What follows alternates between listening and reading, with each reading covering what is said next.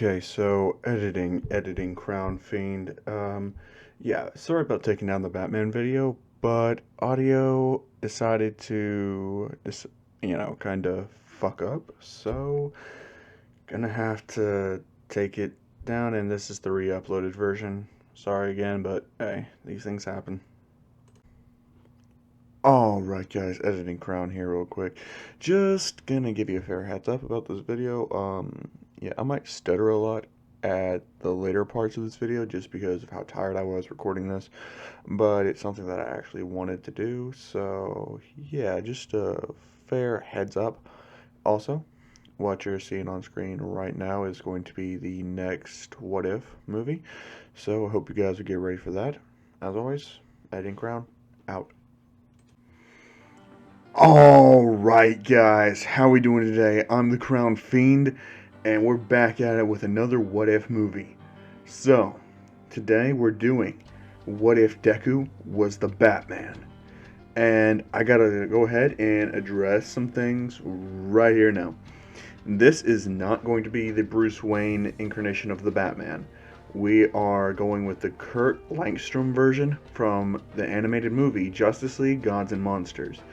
But, like I do with all my other what ifs, I think that a certain thing should happen from another Batman's comics. I'm going to add it into here.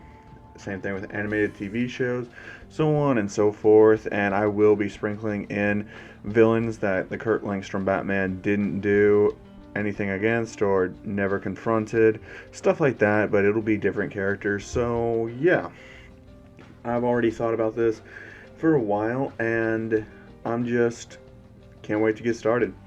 This is going to deal with a lot of issues, so if you're uncomfortable with dealing with, of course, a child being orphaned, a custody battle happening with other characters, basically child abuse, some darker subjects like that, like also substance abuse, that's going to be another one, and actual illnesses, then this is not something for you, and I would not actually recommend you watching this, because there's going to be a lot of dark stuff and a lot of light stuff happening, but, I mean, this, you should know my channel by now. I mean, I don't do things conventionally. If I think something should happen to a character, it's gonna happen.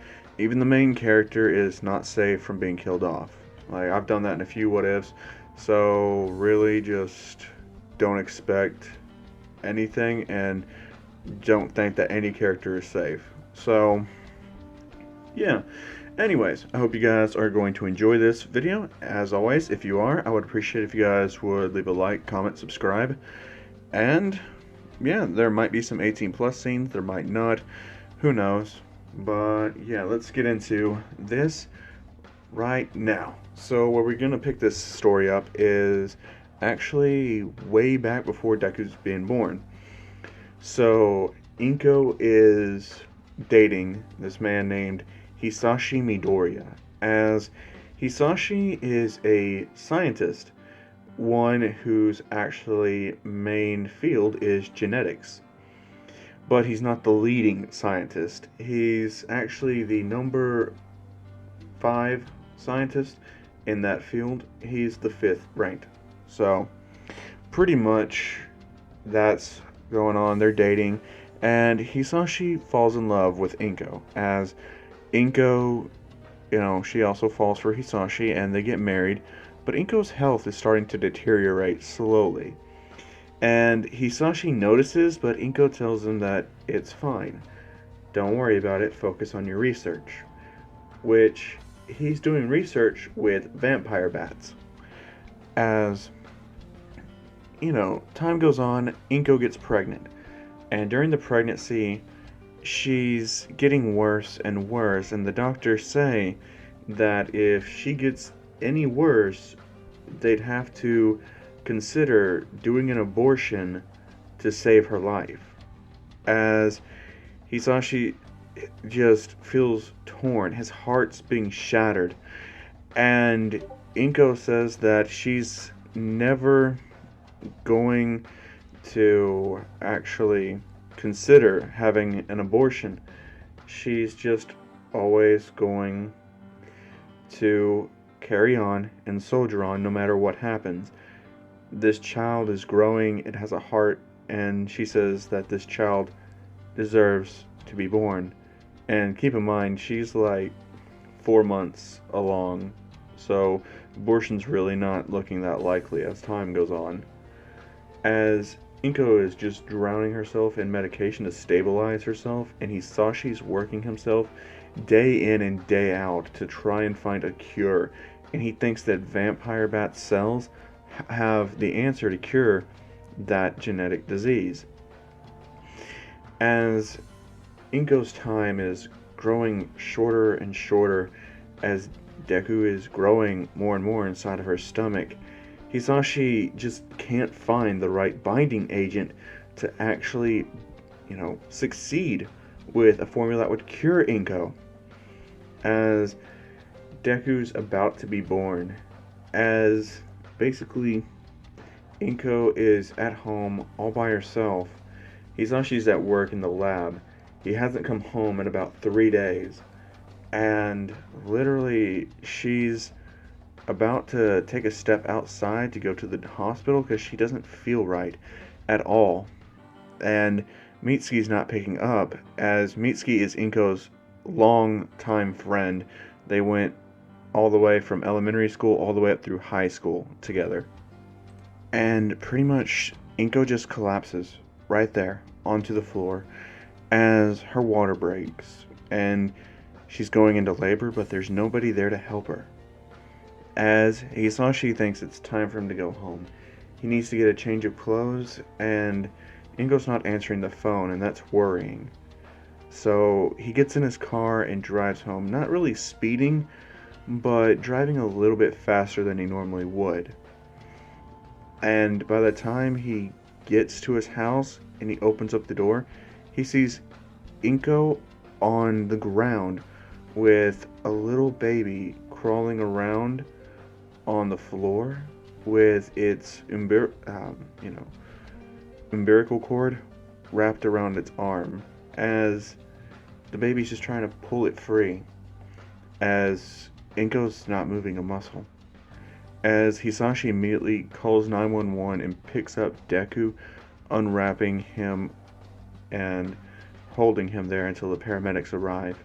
When the paramedics get there, they see just blood is everywhere, as well as Deku in Hisashi's arms, as they check for a pulse on Inko, and she's gone.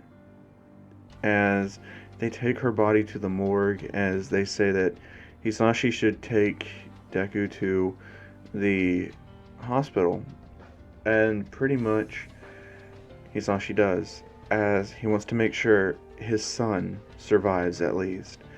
As Deku's getting examined by the doctors, as Hisashi is just watching his little boy, who has just the strongest little cry, as, Deku just looks at Hisashi, and he just smiles, as he starts waving at his papa, as Hisashi starts to cry, as he knows that he's going to have to raise this boy by himself.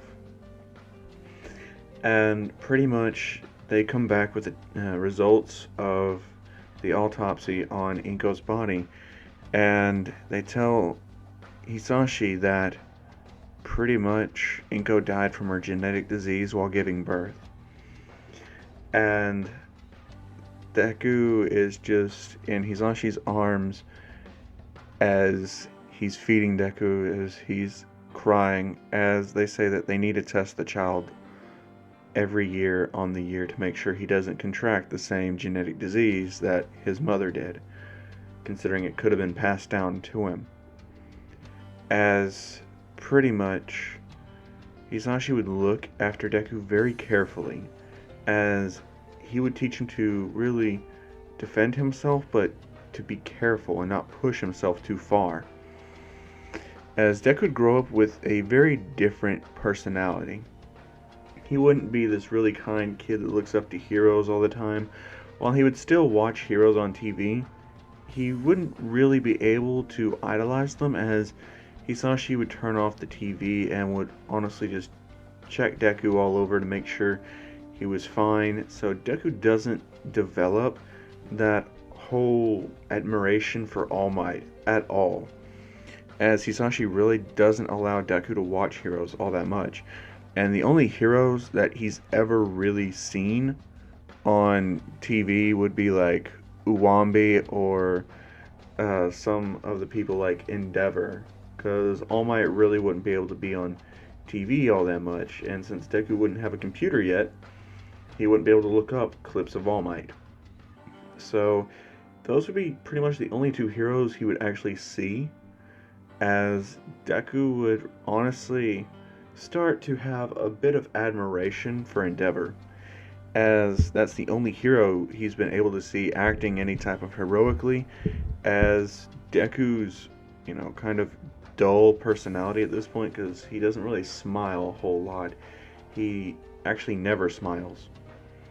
As he starts getting more sickly as time goes on, as he's at the age of 5 and they diagnose him quirkless. As Hisashi says, "I'm so sorry. I know this is gonna hurt a lot, but there's other paths for you to take in life than just being a hero. You could be a police officer, you could be a scientist like me." As Deku says, "I don't know what I want to do." And Deku would collapse right there in the doctor's office. And pretty much the doctors would rush Deku into the examination rooms, doing all sorts of tests on him, as they would find out that he contracted that same genetic disease that his mother had, but it's more aggressive this time. It's much more rapidly progressing, and at this rate, Deku won't see the age of 10 unless they are managing to find a cure.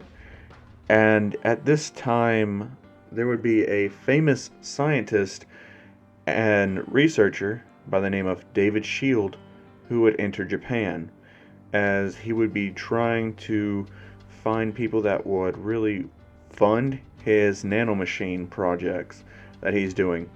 Because at this stage in his life, he would really try to be going for nanomachines rather than anything else, because of his experience with other people in different fields already having a full market of hero support tech.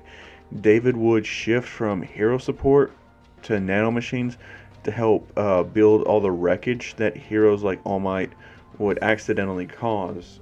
So it's really, he's helping All Might, but helping the people at the same time.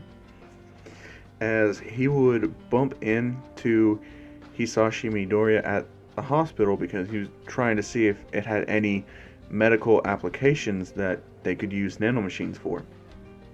And pretty much he would see Hisashi and would recognize him, because Hisashi's wrote multiple papers on genetic augmentation. As pretty much the two would strike up a conversation, as Hisashi would say his formula's just not working for the cure that he's trying to save his son. He already lost his wife to that same disease.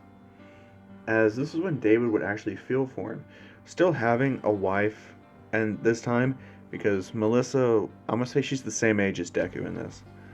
She was born a little bit later and not earlier, but her mother would still be around.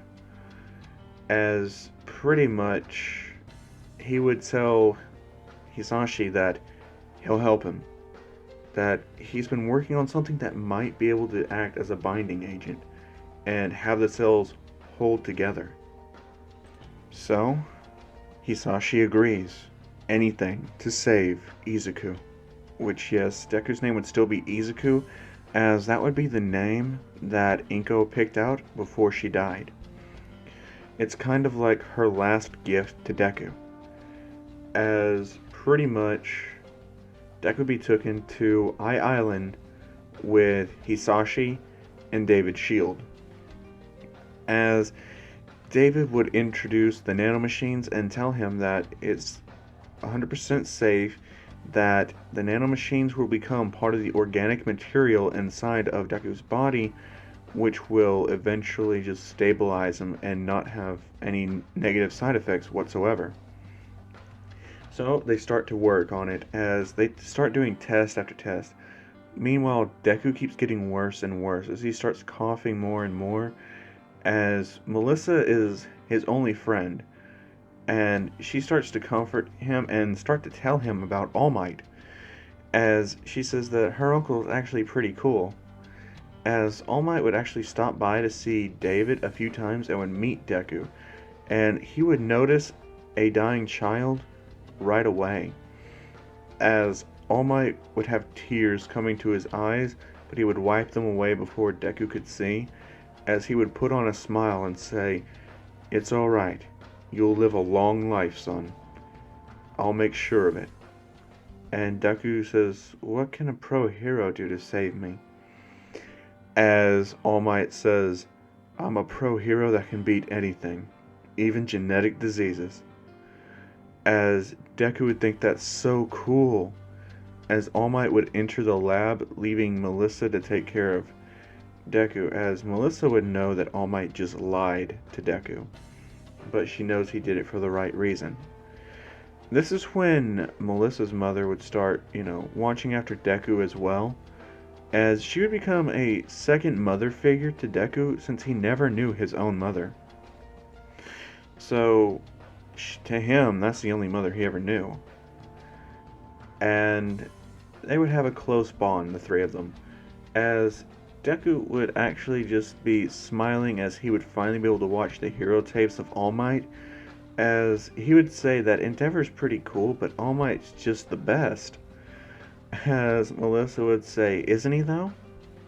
And this is when Deku would pass out again, as they would just take him and put him on a sofa and would put a blanket on him to make sure he isn't too cold and that he's keeping his body warm. As Deku would be sweating profusely, as basically 3 of the 4 test results came back with the rats dying, but 1 rat survived and is going on 3 days stronger than ever with no side effects. As David says, "Alright, with a few more tests we should be going," as that's when Melissa would burst into the room, as she would say, "Deku's coughing up blood," as Hisashi would grab that vial of the antidote and would immediately rush to Deku, as David would say, "What are you doing? We don't know what this will do to a human." And Hisashi says, "I'm all out of time. This has to work. If you don't want to watch, just look away. I'm not letting my son die."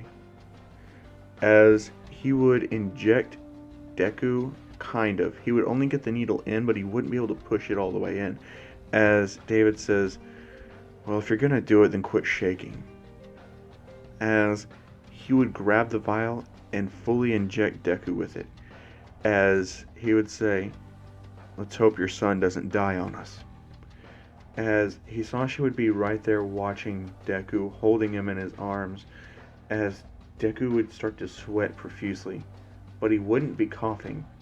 As Hisashi would throw the blankets off at Deku, as basically Deku would start to really just get out of control. His eyes would open up wide, as Hisashi would see his eyes are red, blood red. As Deku would be looking around saying, What am I? Who are you?" As his dad would say, "What do you mean?" As Deku would say, "All I see are colors, blue, yellow, red." And Hisashi would say, "You have infrared vision?" And Deku says, "I don't know what that is." As Hisashi would say, "Calm down, son. It's fine. I'm your father. I'm here." As Deku would, kind of throw a tantrum, as his arms would wail, his sharp claws would slash at Hisashi's face, and pretty much Hisashi would just start bleeding. Deku would be able to smell the blood, as he would go over there and would bite down on Hisashi's neck, which would actually rupture his central artery, which would mean he's gonna bleed out and die. As Deku starts drinking Hisashi's blood out of impulse, as Deku drinks enough, he starts to realize what he just did as tears start coming down his face, as Hisashi would hold his son's head there and say, "Get all you need. As long as you survive, I'm fine. These are nice people. They'll take you in. They'll look after you. I promise." As that's when David would walk in and see Deku drinking Hisashi's blood. As Hisashi finally passes away, Deku removes his face, revealing the blood all down his face, as he would look at David, and David would say, "No, what the fuck have you done? You demon spawn!"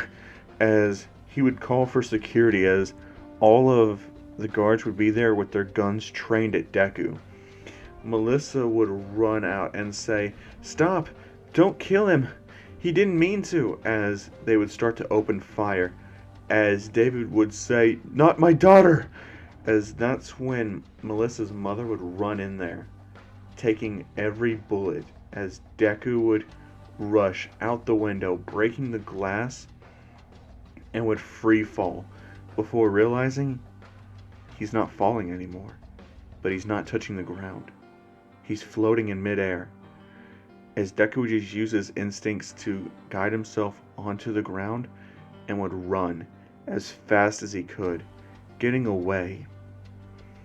As pretty much he would go into a back alley at Eye Island where they had some broken glass from a mirror, as Deku would look at it and see his reflection. His teeth now has fangs, the blood dripping down his neck. As Deku would start to cry, saying, "I didn't mean to. I didn't mean to." As Deku would say that he's got to get away. He knows they're going to kill him. He needs to run. As he sees a plane about to take off, as Deku would run, but he would notice he's super fast as he sneaks aboard the plane and hides back there where no one can find him. As the plane takes off, its destination, Japan. As basically David looks at his wife dying, as All Might says, "What did you do? What did all of you do?" As the guards would say, We're sorry, we were just following orders." As David says, "Who ordered you to shoot?" As the guards would say, We're sorry." And David would say, "Look at what you've done. You killed my wife." As Melissa would say, "Daddy, why did you call the guards on Izuku? Why is mommy not moving?" And All Might would rush in and comfort Melissa, saying, "Let's get you out of here." As he would look at David and say, "What have you done?" As David would grip his head, pulling his hair back, as he would go to his wife's deceased body, looking at it, as he would start to cry, but that crying would start turning into a laughter, as David would start laughing uncontrollably. He would put his hand on his wife's chest and would look at the blood, as he would put the hand on his face, as he would remove it and look at All Might, and the handprint was in the shape of a smile. As David would just grip his hair, as he would start laughing and crying at the same time. He didn't know which emotion to be feeling, as he would fall deeper into insanity as the moments go on. His colleague dead by the injection that he gave Deku. If he would have just let Hisashi do it, Deku wouldn't have gotten the injection, because Hisashi would be too scared to risk his own son's health. As he looks at his wife and saying that him calling the guards ended up with them shooting. As he would look at Melissa and would say, "This is your fault too. It's your fault your mother's dead. If you didn't jump out there, then she wouldn't have had to rush in and save you. Your mother would still be alive. This is all your fault." As All Might would say, "That's enough, David. This is not that child's fault. This is your own fault." As David would say, "Don't lecture me! You don't know what I've lost today. You don't know how I'm feeling. You know nothing, All Might. You know nothing." As pretty much David would be taken in custody, as they would give him a psychiatric evaluation, deeming him too insane to actually raise Melissa. So Melissa would have to go with somebody else, but with no other living relatives, All Might would adopt Melissa and would take her back to Japan, where he would raise her. As the plane would finally land in Japan, as Deku would jump out of the plane and run, he would live for about a few years just going by and trying to survive on the streets, as he would drain the blood from rats until somebody found him. As it would be a kind of short boy dressed in black with tears in his eyes, as he would look at Deku and he would say, "Are you hungry?" As Deku would turn back and look, as he would see a little boy with a crow face, as he would say, "I'm starving." As the boy would say, "Come with me." As basically Deku says, "You don't get it. I can't get nutrition from anything other than plasma found in people's blood." As basically the boy would say, "I'll have my parents help you. Where's your family?" And Deku says his parents are dead. He doesn't have anyone. As the boy would say, "Well, come with me. My parents can help you." As Deku would agree, as he would follow the boy. And at this time, Deku is at the age of 7. And pretty much the boy would get home, as his parents would say, "Oh, who's this, sweetie?" Seeing Deku in ragged clothes that he's had to take, that nobody else wanted, that were thrown in the dumpster, so he would have somewhat clean clothes. He would be wearing raggedy shorts that have holes torn in them, and would have just a shirt that would barely cover his chest. As Deku would look embarrassed and would start to cry, as Tokiyami would explain Deku's situation, and basically, yeah, it is Tokiyami, as his family would actually take Deku to the orphanage and would file for adoption papers on him because of Tokiyami's persistence that they couldn't just take him to an orphanage and leave him. They're a really wealthy family, as they could be able to take care of him, and pretty much they do. As the adoption papers go through without a hitch, as Deku would remove his last name of Izuku, not Izuku, but Midoriya, and would actually be called Izuku Tokiyami.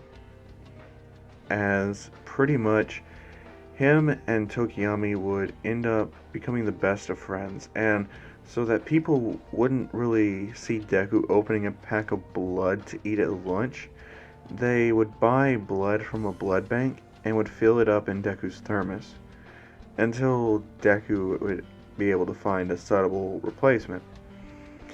As he would go to school with Tokiyami, which means he would never meet Bakugo, and he would never be bullied by Bakugo, but he would still be bullied, as Tokiyami was also bullied, mainly for his crow face, as Deku would be bullied for the red glasses he had to wear. as Deku's red glasses helped him keep a steady line of vision to where he could see people, as pretty much it would help him just conceal his red eyes and alter his infrared vision to actually being able to see people. As pretty much that would be like something that they would have to develop for Deku, because Deku obviously wouldn't have had it when he first met Tokiyami, but he could still see the outline, and he knew what a crow looked like as he had feasted on it before. So that's how he knew what Tokiyami actually looked like. But Deku would actually get tired of the bullying one day, as he would grab the bully's arms and would try to pull it, but he would actually dislocate the shoulder, as the boy would scream out in pain, as that's when his friends would try to jump Deku, as Deku would start beating them left and right, as they would say, "What are you? What is your quirk?" As Deku would say, "He's quirkless." And they would say, "No, that can't be right. You can't be quirkless. You're too strong."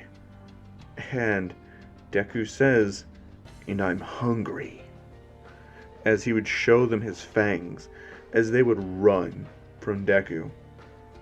As Tokiyami would say, "Thank you."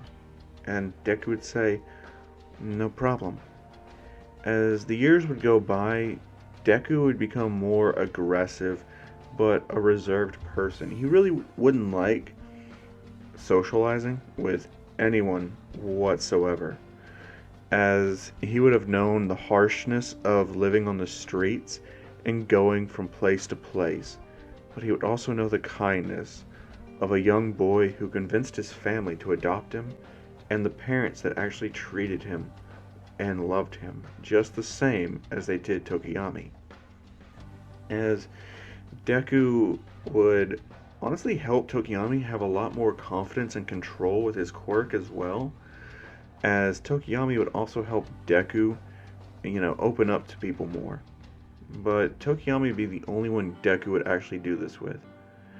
As the two would grow up and they would listen to a lot of rock and roll and heavy metal, as that's pretty much all they would really do outside of their schooling, and they would actually go to a pretty good middle school and have a good experience, as no one would really bully them, as Deku would be known as the quiet kid in the back who's actually crazy strong, and Tokiyami would be known as the edgelord of the school, so no one really messed with those two, considering if you mess with Tokiyami, you're messing with Deku, and nobody wanted to mess with Izuku at all.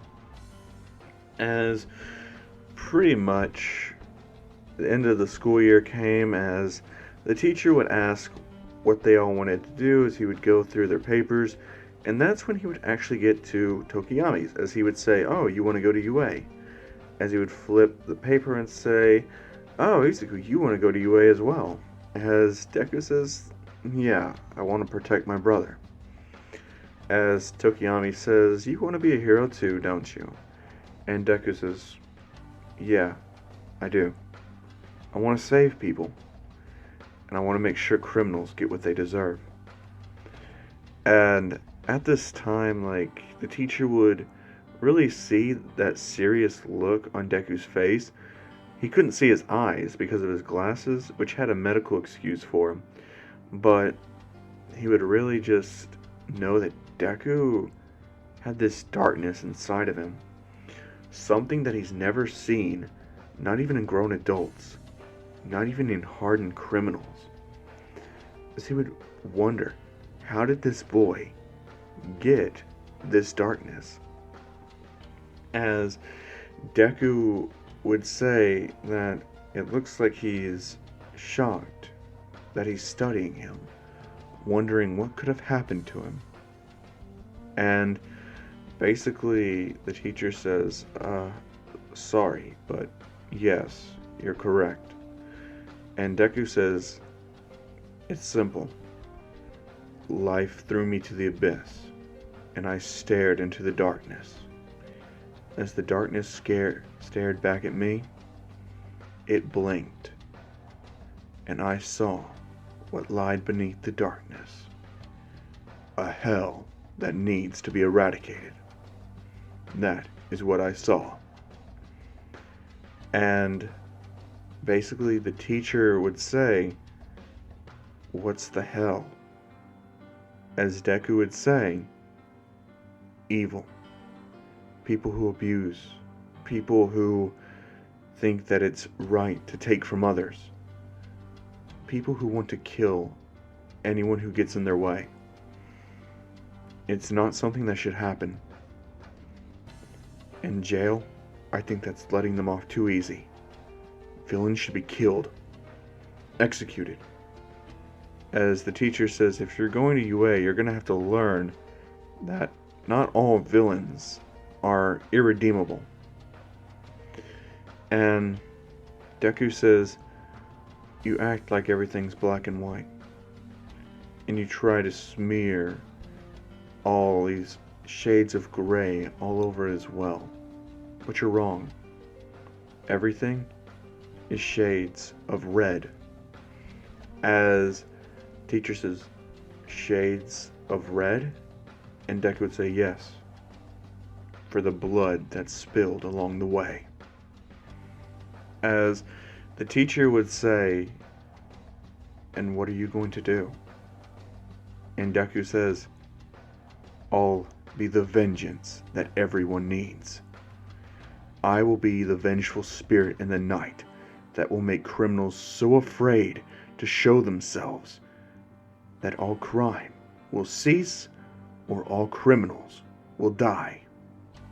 That is what I will become. As pretty much the teacher would be scared, as he would be able to see that Deku is serious, as all of the students would look at him and they wouldn't say a thing. They'd be scared to cross Deku, even mention one wrong word. As Deku would walk out of the class saying, are we done? And the teacher would say, yeah, we're done. As Tokiyami would follow him and say, is that the only reason why you're wanting to go to UA? As Deku says, no. To be honest, I would have rather gone to Shiketsu. But you're wanting to go to UA. So, I'm going to UA. As Tokiyami would say, I appreciate you following me, but if you want to go to Shiketsu, you should. As Deku says, no, we've been to school ever since I was adopted into your family. So, I'm not letting you go to a separate high school than me. Some things could happen. You could get hurt. I need to be there to protect you. As Tokiyama would say, you know, I have a quirk myself. And Deku says, yes, and although your control has gotten better over the years, you're still nowhere near mastery. And basically, he would look at Deku and say, and you are? As Deku would tell him that, unlike him, he's actually been doing some very useful training. As Tokiyami would say, what do you mean? As Deku would say that he's been going to some secret martial arts classes, and he's actually a black belt now. As Tokiyami would look and say, how did you... And Deku says, I have ways of making money. And what you guys know that I do is only the surface of what I actually do. As Tokiyami would say, you're one strange brother. As Deku would say, yeah, of course. So, during the 10 months, Deku would actually train Tokiyami in martial arts, as Tokiyami would be able to take up weapons training as well. Deku actually sees no need for weapons training when he is a weapon. And since he doesn't have a quirk, and he has all these heightened senses, super strength, super speed, and superhuman stamina, along with flight, why would he ever need to train with a weapon?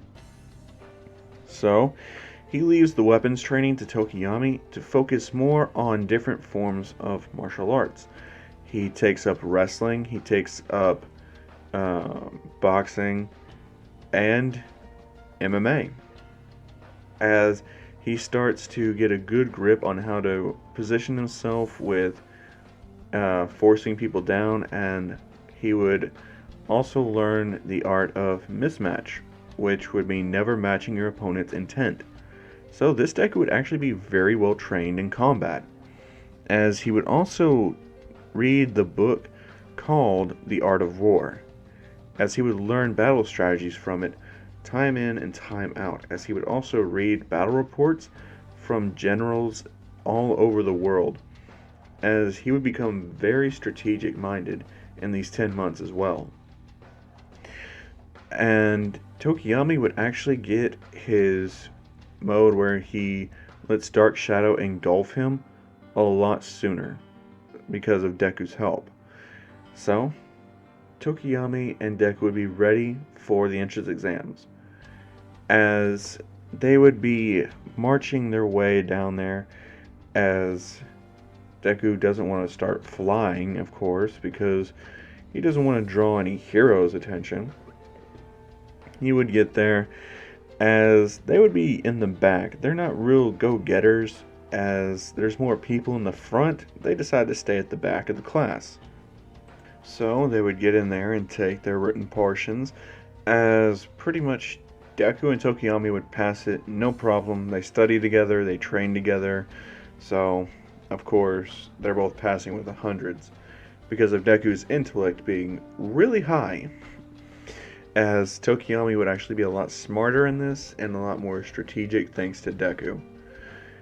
And basically when they get there and they finish, they're the first ones out, as pretty much they would just be chilling, jamming out, because Deku doesn't really carry a phone on him because he just sees it as being kind of useless to him at the time. So Tokiyami shares a Bluetooth headphone with Deku as they just jam out to music. And pretty much by the time everyone gets there, Bakugo is being a loudmouth, and Deku can hear him a very good distance away, as it hurts his heightened hearing. As he says, "Hey, could you be a little quieter? Heightened senses over here." As everyone just says, "Oh yeah, that's gotta suck with this loudmouth." As Ito would start yelling at Bakugo to be mindful of other people's conditions, as Deku says, "Hey, you're not helping with that yelling either. Could you both just turn it down a little bit? That's all I'm asking, man. I don't even ask for that much. Please, just be mindful of my hearing." As they would just look at Deku and they'd be like, huh. As Ida would apologize at a more appropriate tone of voice, but Bakugo would just yell even louder. And that's when Deku would just rush at Bakugo, grab him by the mouth, and he would say, "Look, I don't give a fuck who you are, but when I say lower the volume, you will lower the fucking volume." As Bakugo would look at Deku, as Deku would just have his shades on, as it would be very obvious that Deku is very angry. As Bakugo would try to take the glasses off of Deku's face, he would just grab Bakugo's hand and would just say, "Try it again, and I'll break your fucking hand." As he would also hiss at Bakugo, revealing his fangs to him. As then he would just slam Bakugo back onto the ground so hard that Bakugo would be on his ass and would just be dumbfounded and sore all over. As pretty much he would just jet back to Tokiyami, and everyone would realize Deku's not a motherfucker to be trifled with. This dude literally about to just fucking, just hurt anybody. So the gates open, and Deku's like, "Showtime." As he would rush in and start tearing robots to pieces. as pretty much Tokiyami would just cover himself in dark shadow and would go ham in there. Like, he would just be tearing shit up right along with Deku, as Dark Shadow's power would be incredibly helpful for his martial arts. And pretty much Deku ends up tearing a lot of them to pieces, as he would feel confident in his ability to just destroy all these robots, get all these points, as Tokiyami and him would say, alright, they got enough to pass, as they would be the first ones out the gate. As the timer would go off, as they would see that there's a zero pointer coming right at them, and Deku's not really in the mood to help anybody. But he does hear this girl who is crying out for help, that she's stuck. And Deku realizes that he once cried out for help, as he jets right back over there and tears that rubble right off of Uraraka, picking her up, and would just jet right out of there so quick, as pretty much she would say thank you, and pretty much no one would have destroyed the zero pointer, so it would still be there, but everyone would be safe, as Deku would still get rescue points, putting his total at 800. Because of the 300 rescue points he would get on top of that, he would be put at 800, getting 500 points in total. So, that could be very satisfied, as Tokiyami would have gotten roughly about 400 points. And they would head on home, as Deku really wouldn't just talk to Uraraka at all, even though she'd be trying to. As Tokiyami would stop Deku and say, listen to her. And Deku says, I have been. I could hear her down the street, even if she stayed right there. And basically, he would say, look, you don't need to thank me. I just did what I needed to do. As she would say, oh, okay.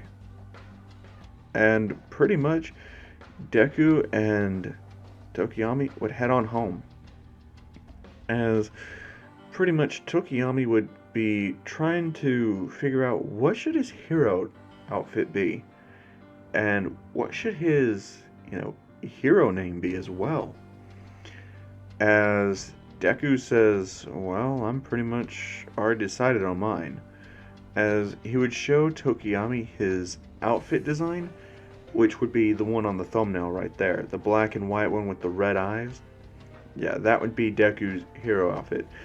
As Tokiyami would say, well, what is your name? What are you going to call yourself? And Deku says, I'm going to call myself Batman. As Tokiyami says, Batman? And Deku says, yeah, why not? As Tokiyami would start scribbling up a design, as he would have a dark black outfit, but he would want to incorporate some kind of color of Deku's, as he would notice that Deku always had this reddish kind of look to him with his eyes and all of that. So he would put the color red in, and he would think hard about the name. If Deku's Batman, who should he be? As he finishes up the design, as Tokiyami would look and would realize his name, he would be called Nightwing. As Deku says, Batman and Nightwing, huh? As Tokiyami says, yeah, not your sidekick, but your equal. As basically, Deku would say, fine by me. As pretty much they would be chilling, as there would be no previous Batman or Nightwing, none of that, because like I said, all the DC characters I'm going to introduce are going to be my hero characters. So, yeah. Anyway, let's continue. So, they wait a bit and they get their acceptance letters in the mail, as they expected to. And they would figure out they're both in the same class, Class 1A. as Deku would pretty much be really happy with this, as he would head into class when it started for the first day, as he would look at the door and say, "They overcompensating for something?" As Tokiyami would say, maybe there's people who are just giant. And Deku says, "Oh well, either way, no door stops me." As he would just push the door open with ease, and pretty much he would look as he would see Ida over there, as Ida would introduce himself and would tell Deku that he's actually a very strong person, but he's kind of scary at the same time.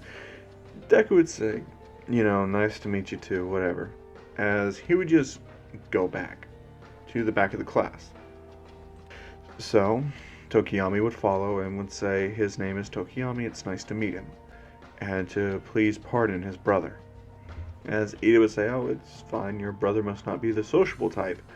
As Tokiyami would say, "No, he's really not." As Deku would honestly just start by doing random things like organizing his desk, listening to music, as he would carry a phone now that he's in high school, but all that would be on it was Tokiyami's number, his family's number, and that'd be it. Just music and 3 phone numbers. As pretty much he would just start putting his music in until he saw a teacher show up. And he would just be jamming. And Deku's muscular build would be very defined and would have a lot of bulk to him, but would also be leaned out as well.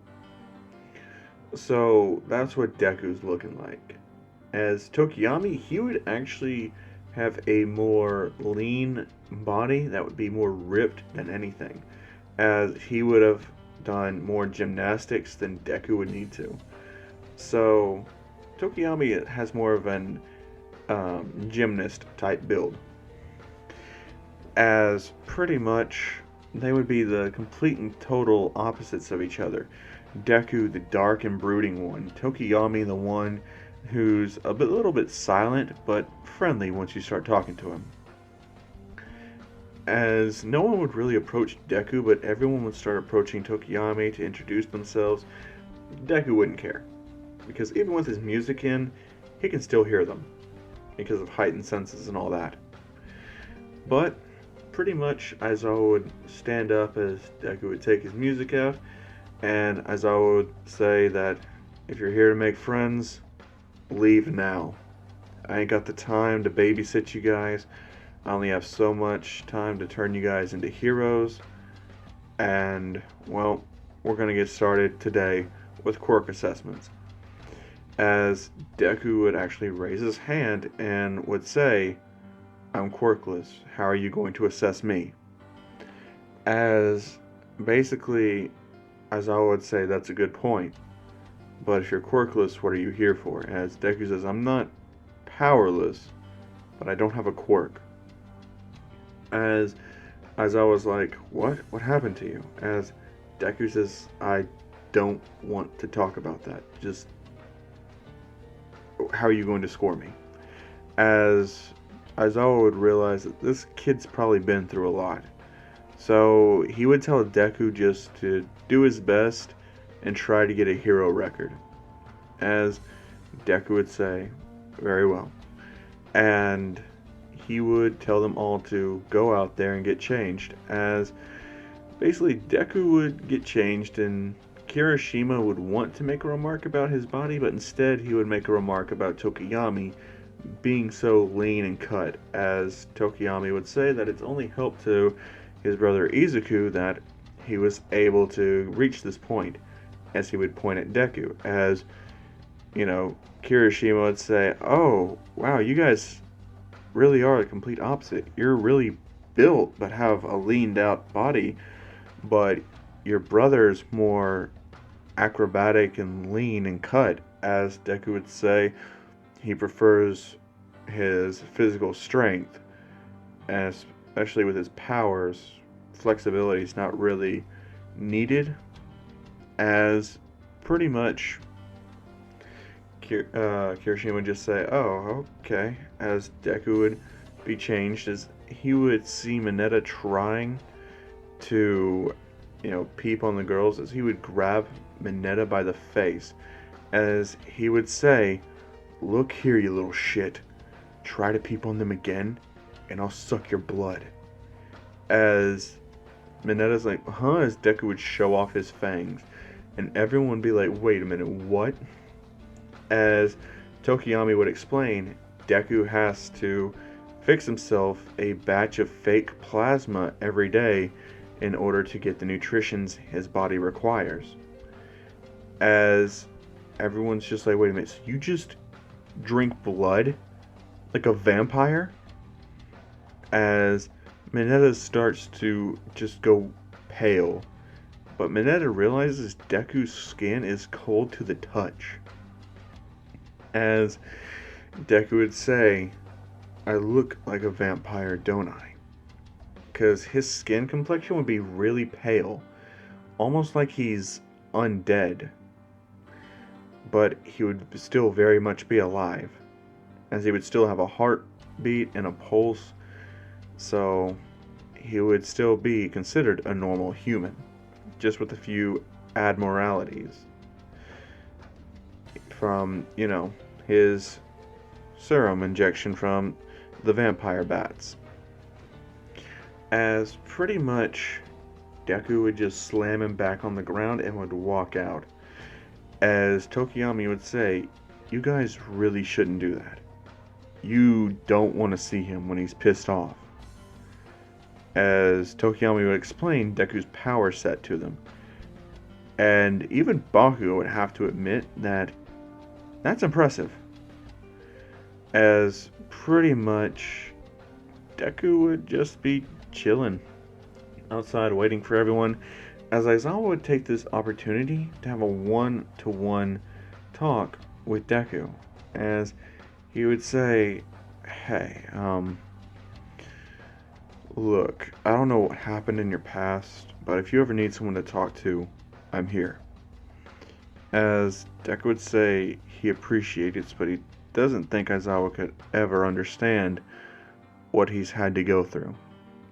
As Aizawa would say, "Try him." Deku says, "Ever been homeless for 2 years? Only thing that you could eat to survive were rats?" Aizawa said, "No." Deku says, "Ever had to drink your own father's blood and kill him?" Aizawa would say, "No." Deku say, "Have you almost been shot to death by guards from a man who made a cure for you, but turned you into a monster instead?" And Aizawa says, "No." And Deku says, "Then you could never understand what I've been through." As Aizawa would just hug Deku, as Deku would say, "I don't need your pity. I'm not here to be pitied. I'm here to become a hero." As basically, Aizawa would say, "You're right, but that doesn't mean I can't show compassion and human decency towards you." As Deku would say, he appreciates it. He's one of the few people who's actually shown him compassion and human decency. As Aizawa would say, of course, that's a teacher's job, and it's what any decent human should be doing. And basically, everyone else starts to come out, as Aizawa says that since Izuku got the highest score, and Bakugo's like, "Wait a minute, someone got a higher score than me?" As basically, Bakugo would be shown Deku's score of 800 points compared to Bakugo's 450, with Tokiyami coming in with 400 right behind him. As Bakugo would try to talk down to Tokiyami before Deku grabs him by the back of his neck and would throw him clear across the field, as everyone would look at him just like, whoa. All the guys knew what to expect, but the girls had no idea. And Bakugo's trying to pick himself up off the ground, but he's way too sore to do that at the moment. considering he was just throwing so much force that it nearly broke his arm. And Deku says, "So, what do you want me to do?" As Aisawa just says, "Throw the ball." And basically, Deku takes the ball and he throws it as hard as he can, which means that ball goes pretty damn far. As it reaches about 1,000 meters, and Deku's just like, pretty far. As next up would be Bakugo, as Bakugo would be getting up after that, as pretty much he would go over there, grab the ball, and he would have to toss it with his bad arm, because his good arm is way too sore to move right now. As he would throw it, but it wouldn't get the full 700. Instead, it would get like 550, because it is his bad arm after all, not his good one. As Tokiyami would go next, he would get 600 meters, as he would look at Bakugo and say, "Better than you." As Bakugo would just scoff at him. As Deku would stare at Bakugo, and Bakugo would just say, "I'm sorry." And he would have the fear put into him of Deku after that. As pretty much time would go on, as pretty much Deku would just dominate everything, and Tokiyami wouldn't be that far behind him, as Bakugo would come in like almost dead last because of the injury Deku gave him. As Bakugo would be told to go to the nurse's office for healing, Bakugo would walk and he would see this gorgeous woman with blonde hair and glasses, as he would just look at her, as he would say, "Whoa." As she would look at him and say, "Keep walking." As pretty much Bakugo would just be like, "Never mind, she's a bitch." As he would walk up in there, and this girl would actually end up going into the class 1B room. As she would be entering, and then the door would close. As Deku would have heard the whole conversation, as he would remember that voice. Somewhere. He knew it from somewhere.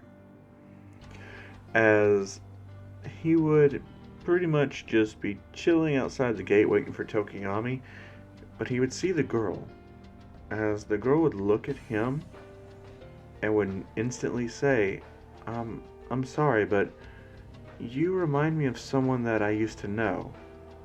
May I know your name?" As Deku would say, "Izuku Tokiyami." As she would say, "Oh, you have the same first name, but you look very similar to him, but I guess you're not him."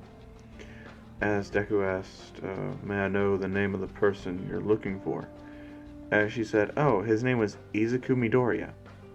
And Deku says, "That's him." And she's like, "But you just said," and Deku says, "I had my name changed. I was adopted." As she's like, "Oh, well, same here." As she would say, "My name is Melissa Yagi. Nice to meet you." As Deku would say, "Melissa, it's been so long. How have you been?" As Melissa would say, "Want to shake my hand?" As Deku would say, "Sure."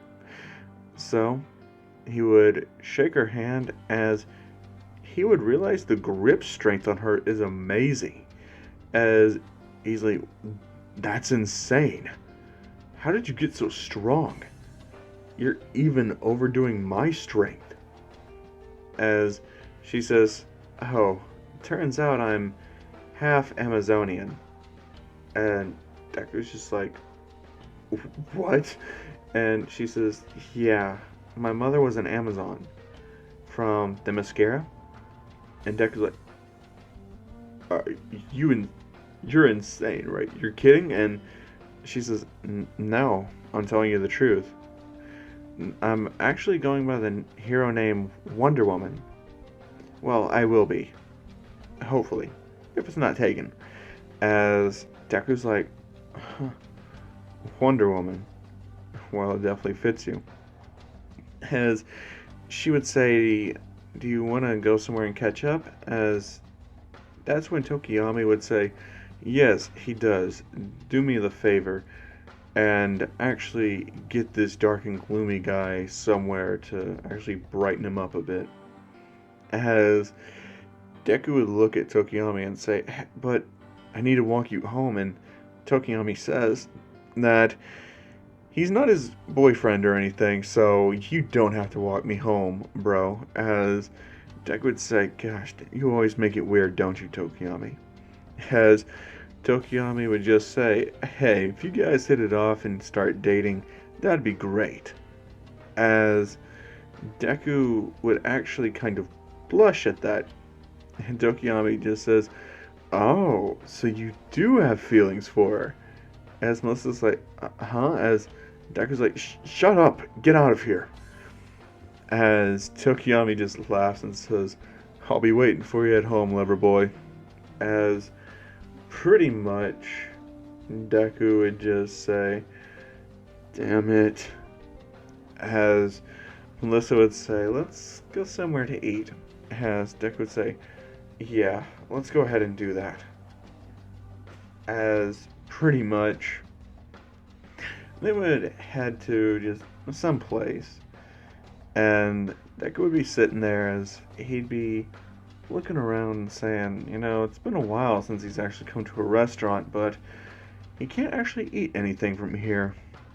As Melissa would just say, oh, is that part of the side effect? And Deku's like, let's not talk about that. As he would say, tell me about you after the accident. What happened to you? As Melissa would say that she was adopted by All Might, and she had her name legally changed to Yagi. And as for David, well, he was in the asylum for about 5 years, but he ended up breaking out, and they haven't been able to find him since. As pretty much Deku's just like, I see. Do you think he's... And Melissa says, honestly, it'd probably be for the best. But I don't think he would die so easily. As pretty much Deku would say, I see. What asylum did they put him in? And Melissa would say, Arkham. As Deku would say, that place always has a habit of letting people escape. As basically Melissa would say, you're right. They do. As pretty much Deku would just say, well, what can you do? Let's just look toward the future. So tell me, how's living with All Might? As she says, it's great. He's a really good father. And he's actually passed his quirk down. And Deku's like, to a child? Do you have a brother or a sister? And she's like, no, I think I can trust you though. He's given me his quirk. I'm his successor. And Deku's like, wait a minute, you're an Amazon and you have the strength of All Might on top of that?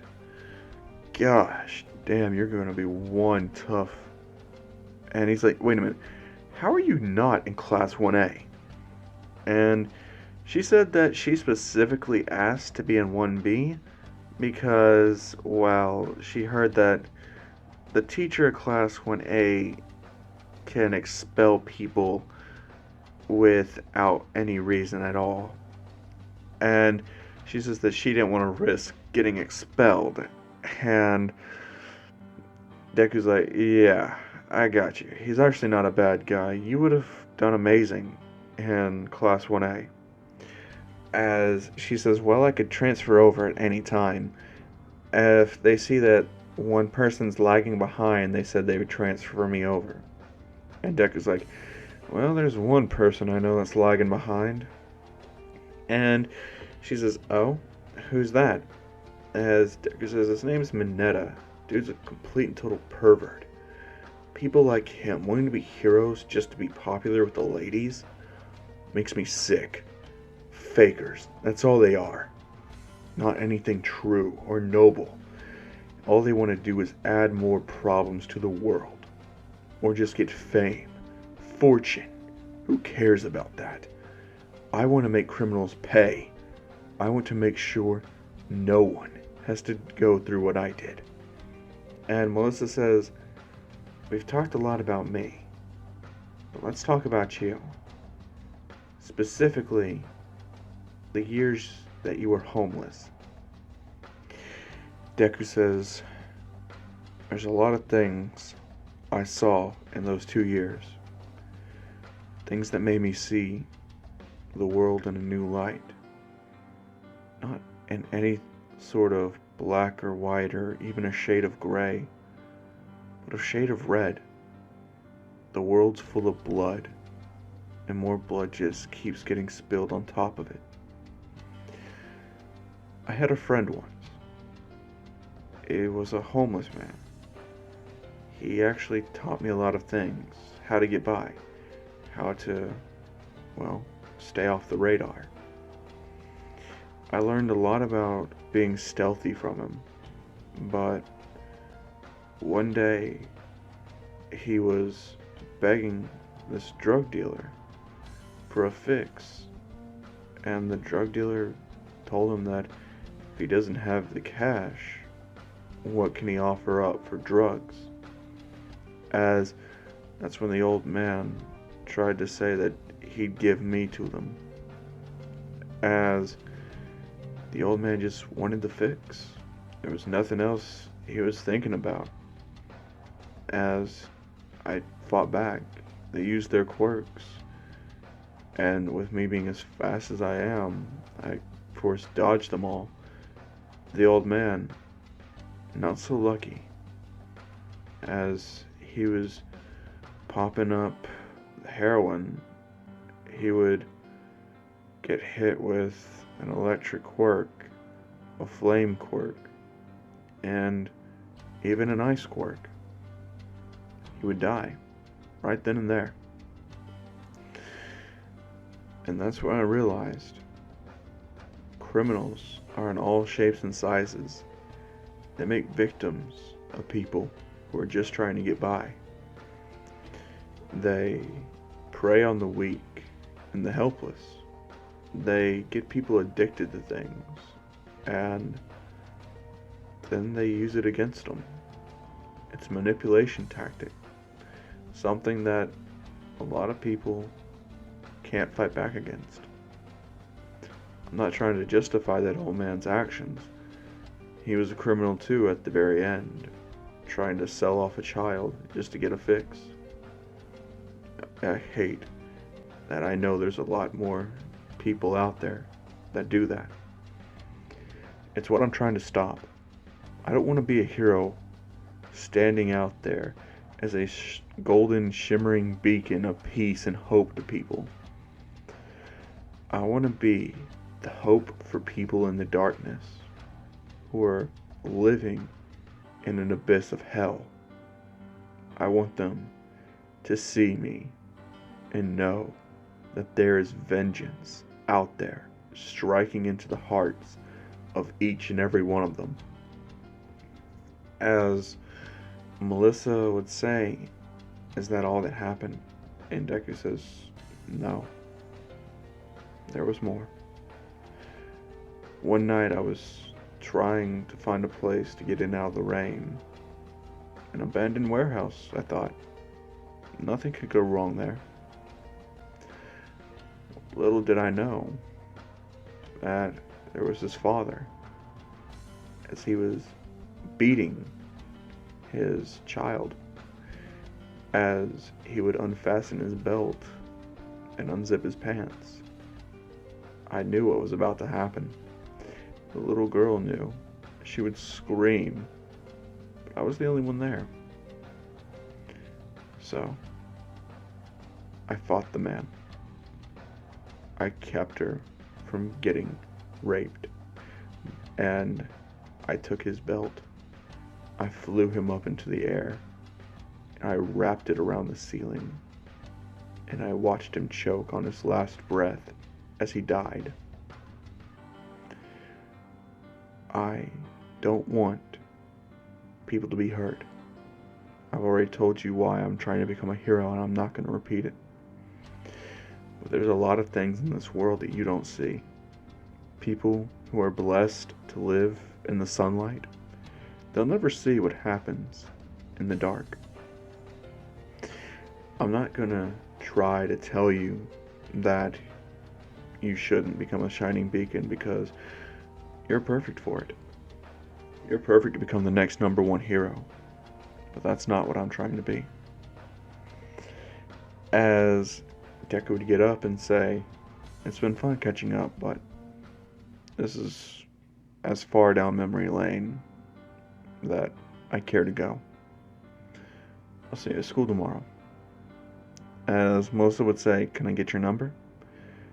Deku would slide his phone over there. She would give him her number. And Deku would say, "See you around." As Melissa would say, "One more thing." As Deku would turn around, as Melissa would give him a kiss on the cheek. And would say, "Don't let all that dark broodiness ruin the boy I used to know. The boy who would obsess over heroes. He's still in there. I know he is." As Deku would say, "That's a life long gone." As he would turn around and walk out. As he would fly back home. As he would get home, as Tokiyami would say, "So, how'd it go, lover boy?" As Deku would say, "I'm gonna go to bed. I don't feel good." As Tokiyami would be, "Hey, bro, you alright?"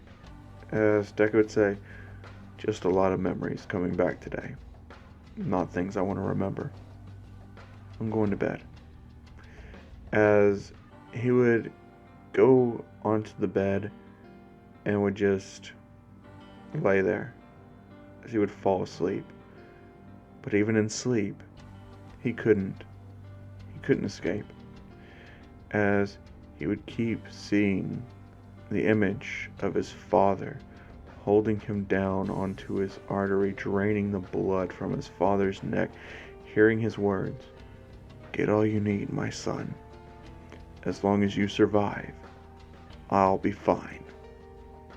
As Deku would wake up in a panic, as he would just have tears running down his face, as he would say, "I'm sorry. I'm so sorry." As Tokiyami would hear Deku crying and saying that, but he wouldn't say anything. As he would go to sleep with a pain in his chest, knowing that Deku's damaged, and there's no way that he can help him. He can only do so much. As that's when Deku and Tokiyami would wake up, get dressed, and head out for school the next day. As time would pass, as pretty much Deku would just be hanging out with Tokiyami and Melissa, as Melissa would get closer to Deku, as Melissa would actually request to be transferred to Class 1A, and Nezu would oblige at what he would see as the #1 rising star in all of UA, as her and Mineta would trade places. Mineta would be very salty about that, but he really couldn't do anything about it, as Melissa would sit beside Deku, as that was where Mineta was sitting.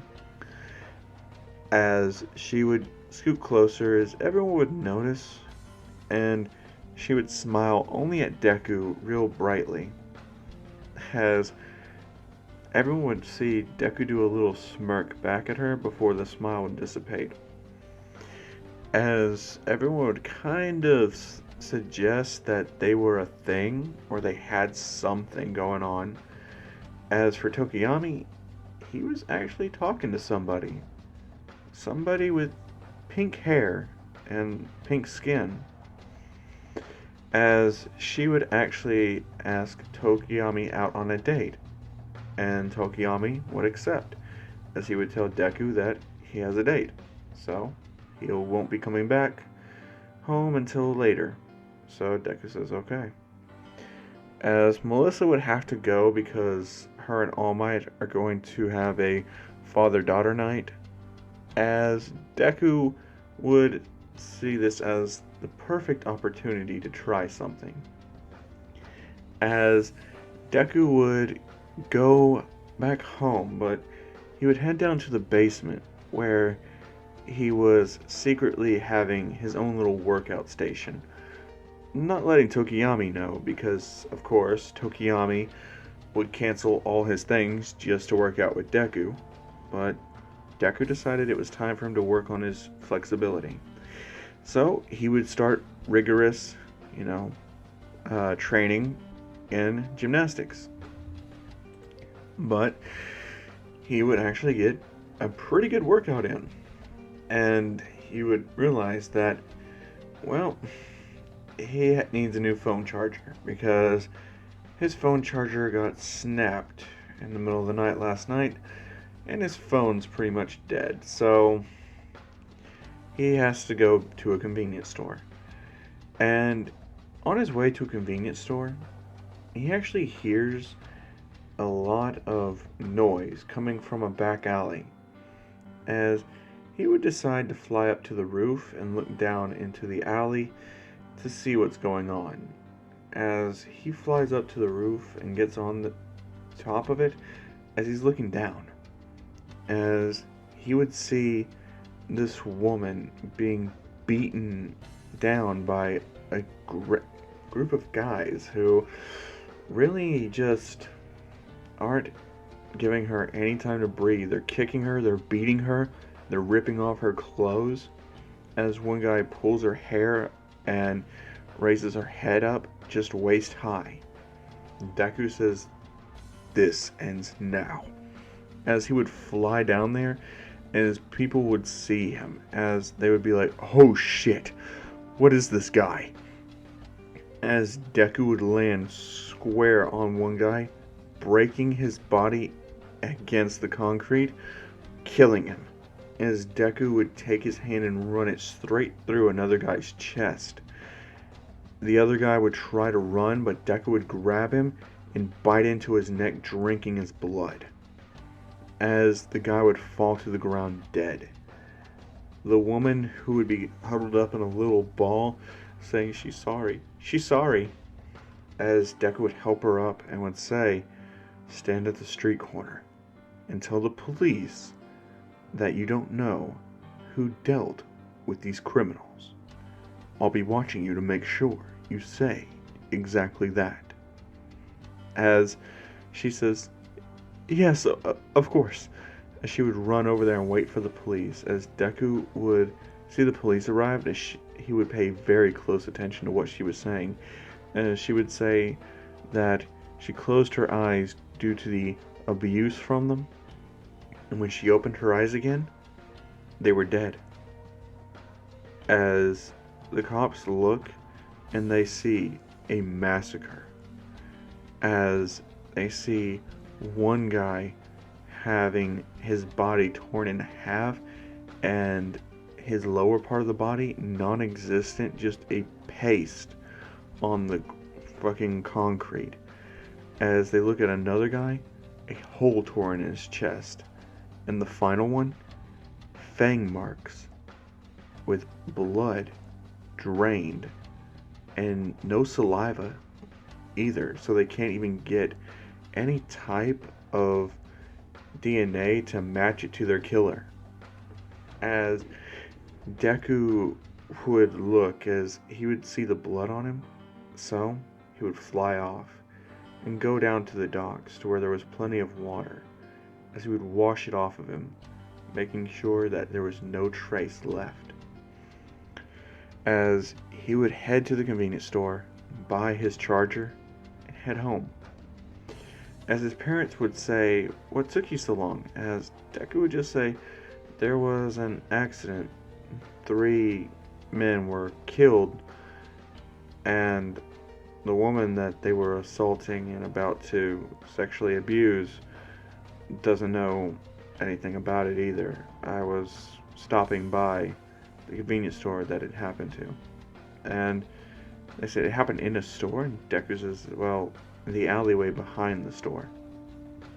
As she would just say, "Oh, my, are you okay?" And Deku's like, yeah, I'm fine." And he says, "Well, I'm gonna go listen to music." And she says, "Oh, okay." As Deku says that he needs to have a place outside of this house that he can go and work out and really start looking into things. And Deku would realize the money he has left is about 1,500. So he decides to, after his phone is charged, go online and order a laptop.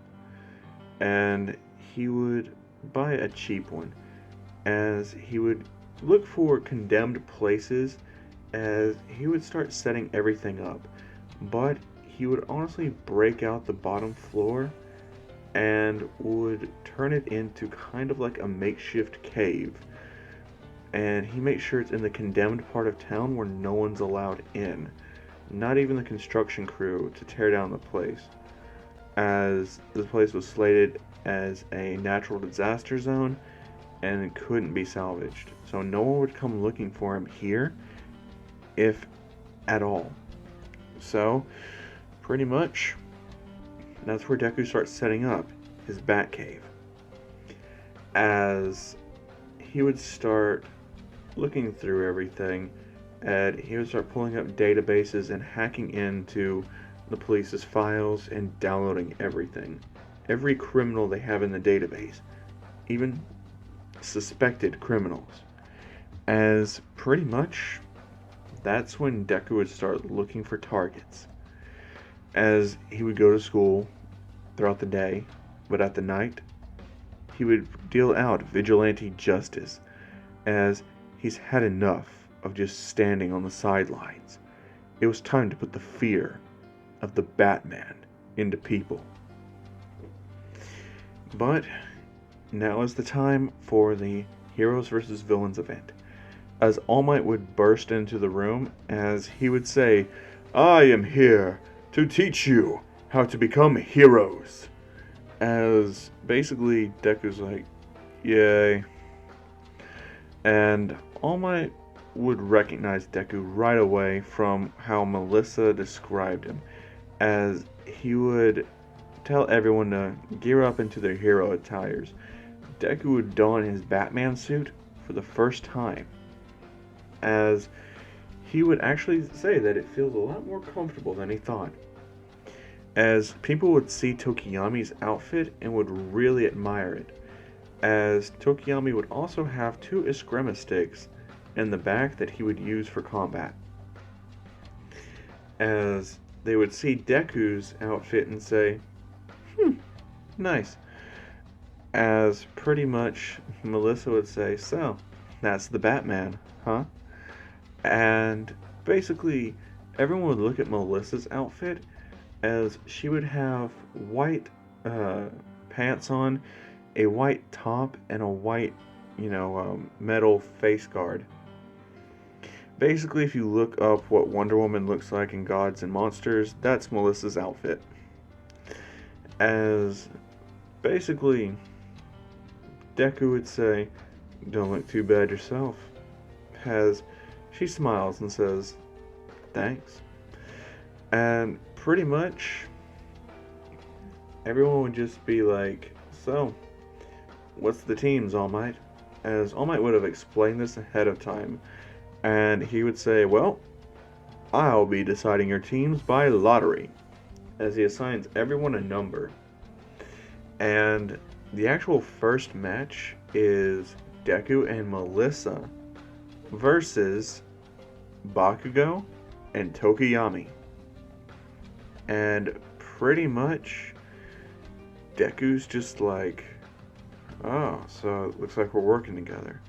And All Might already knows who's going to win this. Because Melissa alone would be able to take out both of them. But with Deku there, he already knows that this isn't even going to be a contest. As Deku says that he wants to be the one to take on Tokiyami. As Tokiyami would say the same thing to Bakugo. That he wants to be the one to take on Deku. As Bakugo would say, sure, whatever, I don't care. As basically, Tokiyami and Bakugo are villains. Melissa and Deku, heroes. As they would be done setting up, first match would initiate with Deku and Melissa walking in. As basically, Deku would be looking around as he would see just everything. And he would be able to tell exactly where they are with his infrared vision. As he would say, one's right there behind the wall, other one is right up there. From the looks of it, the one on the bottom is Bakugo. One on the top, Tokiyami. You have a plan for taking on Bakugo? As she says, yeah, it's called beat 'em up. And Deku says, that's a terrible plan. You should be more tactical. Think things out. Besides, we don't seriously want to hurt these people. After all, they're comrades, are they not? As Melissa would say, yeah, but just beating them up, it's quicker. And Deku says, look, I'm not against beating them up, but we need to be careful about how we move forward. After all, they have a lot more reasons and capabilities of winning than we do. Even though we're strong, if they're smart, they'll be able to catch us off guard and could potentially put us in a bind. As Melissa would say, okay, old tactical one, what would you suggest? And Deku would say, for one, how much strength do you actually have? As basically, Melissa says, I could lift this entire building if I wanted to. Deku says, could you also tear it down a few notches? She says, of course. Deku says, alright, here's the plan. Start taking out the support pillars. That'll draw Bakugo out because of fear of getting crushed. That will allow for me to move through the shadows. I'll be able to move up to where Tokiyami is and take him out. And you, when Bakugo shows up, he'll be focusing on trying to stop you. Act like you're going to make a final punch, but then spin around and hit him right in the face. You'll knock him clean out. And basically, Melissa says, good strategy. Alright, we'll try it. So, as Deku said, Melissa, she starts hitting the supports in the fucking room. And Bakugo, he rushes at her trying to get her to stop, as All Might's telling her to stop as well. But she's about to go for one final hit. Bakugo tries to use his explosions, as she would spin around dodging the explosions and hitting him with a left hook, knocking Bakugo clean out and leaving an indent in the wall in the shape of Bakugo's body. As Deku's moving from shadow to shadow, his outfit's really helping him stay concealed in the darkness. As Tokiyami would honestly be trying to look around, as Deku would be sneaking up on him. And basically, Tokiyami would have Dark Shadow looking around as well. As Deku would lunge at Tokiyami, and Dark Shadow would see it and warning him, as Tokiyami would jump out of the way, doing a triple backflip to get some distance, as Deku would say, pretty fast. As Tokiyami would say, of course. And Deku would say, well, which one of us is the better fighter?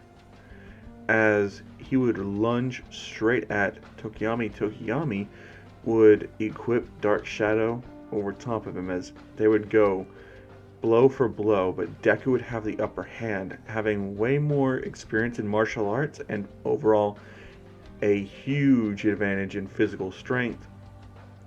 He would basically tackle Tokiyami and would throw him against a wall as Tokiyami would hit, and that's when he would take out the Eskrima sticks and show that they do carry electricity. As he would try to electrocute Deku to stun him, Deku would dodge it, grab his arm, and nearly break it before just capturing Tokiyami in the capture tape, winning. As Tokiyami would get up and would just say, "That was a good match, but it looks like I still have a long way to go." As basically, Deku's just like, "Yeah, of course. After all, there's no way you can beat me." As Tokiyami says, yeah, sure, whatever." As Deku just laughs and says, "Yeah."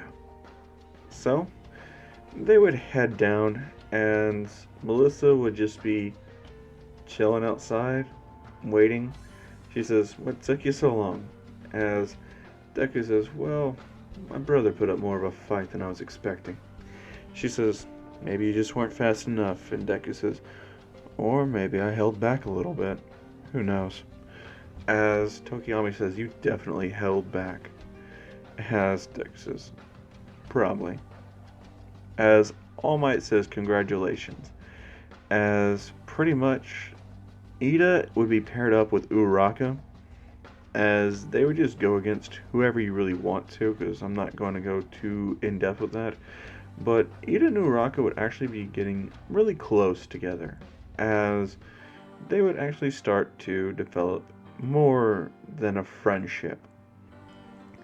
So, with that done, time would pass some more, as Deku would continue dealing out vigilante justice, but this time in his batsuit. People would know the name Batman, as Deku would become an urban legend throughout Japan, known as the Vampire Bat, the Batman, as he would appear from the darkness, taking people, killing them, and leaving their bodies for the police. As time would go on, Deku's reputation would grow, far exceeding most villains in notoriety. But no one would know if the legends were real or not, as Deku would be using this to his advantage. But Deku would realize he has to go to school, and really, Tokiyami already knows what Deku's doing. The name Batman being spread around all of Japan, him and Melissa both know what he's doing. As Tokiyami would see it as doing it the wrong way. There's no need to be dealing out vigilante justice, as this would actually be the cause of a fight, as him and Tokiyami would fight the night before school when Deku got back, and would have his bat outfit back in his case. As Tokiyami would say, "You're doing this the wrong way. Why do you have to kill them? It would be better if you just chained them up and left them there." And Deku says, "You don't get it. Criminals? They don't deserve to go to jail. They don't deserve 3 square meals a day while you have innocents out there starving. They don't deserve to be able to sleep soundly at night while you have people out there who can't even get into a bed. If you want to come at me and say that criminals deserve to be put in a place where they can easily break out again, look at what Arkham is. It's a revolving door. The prison over here, the version of Blackgate that they installed for all the petty criminals, they just keep escaping and getting released right back onto the street so they can do it again. No, I'm tired of the game of catch and release. Jail isn't for them anymore. If they are unfortunate enough to come across me, then they deserve everything they get. They deserve to be taken out like the trash they are." As Tokiyami would say, "This isn't the way," as Deku would grab him and would throw him against the bed, saying, "It is now. You don't know what it's like to live on the streets, be hungry, watch someone that you think was a friend sell you in just to get a fix, watching a father nearly violate his own daughter, beating her. Once you've seen those things, once you've looked into the abyss and see what's beneath, you can never go back to being who you were." As Tokiyami would say, "If you keep killing people, I will turn you in. Are we understood?" And Deku says, "Even if it's to save your life one day." Tokiyami would say, "I wouldn't want you to be a killer on my account, and neither would the victims." As Deku would say, "I think the victims would disagree. I had a woman thank me tonight for killing her abuser, the man who literally took things from her. It wasn't the first time that he's done it to her. Sure, he went to jail for it the first time. He got out on bail. He did it the second time, went back to jail. His brother broke him out, caused a mass prison riot, and broke him out of jail. He came back for the third time, but this time, I was there, watching. He didn't get to do it a third. Instead, he got to feel his blood pour out of his body as the woman would thank me. She told me that this was the best thing that could have happened. He's been in and out of jail so many times that she thought there was no one that could keep her safe anymore. I'm helping people. I'm making an actual difference. I'm not gonna let these people be caught and released. I'm not that type of Batman. Any form of Batman who would do that isn't a true Batman." As he would walk forward, as Tokiyami would say, "I think it's quite the opposite. I think you're the fake Batman. Any Batman who could rise above that level of hatred and still see a better way, that's a true Batman." And those words would stick with Deku. But Deku would go to sleep on him, as Tokiyami would go to sleep as well. As they would go to sleep angry at each other. As pretty much the next day would come, and it would be the USJ. As Deku would be in his bat suit, as Aizawa would ask Deku if he's been doing anything illegal that would help spread his name. And basically, Deku would just say, "No, not at all." As I would say, "So, the Batman is just a myth?" Deku's like, "I am Batman, but the myth is what they're calling the vampire Batman. I'm no vampire." As I would say, "Not convinced." As Deku would say, "Well, you have no proof, so there's nothing you can really do about it." As I would say, "Very well."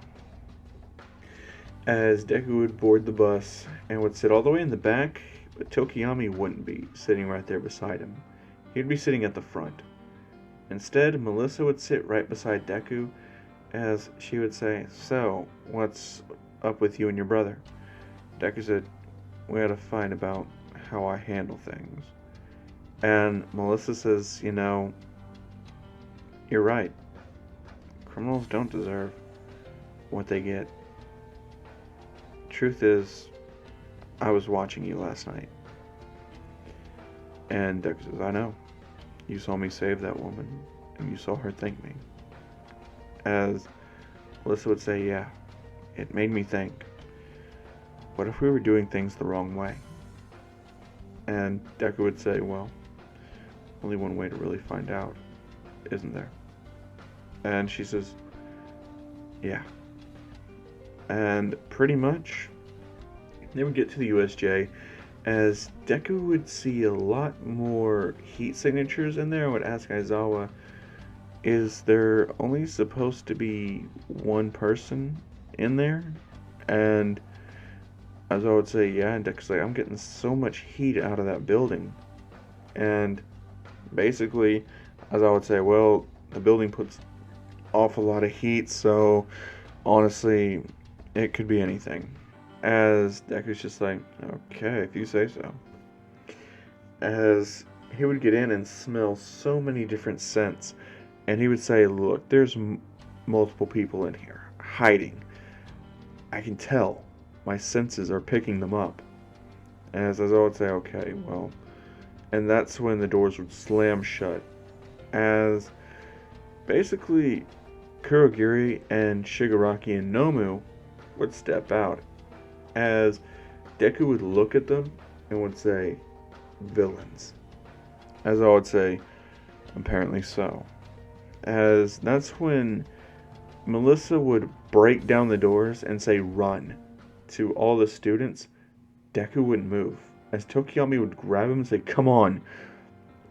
As Deku would say, no, you go. I'll cover you. And that's when Kurogiri would say, sorry, but no one's leaving today.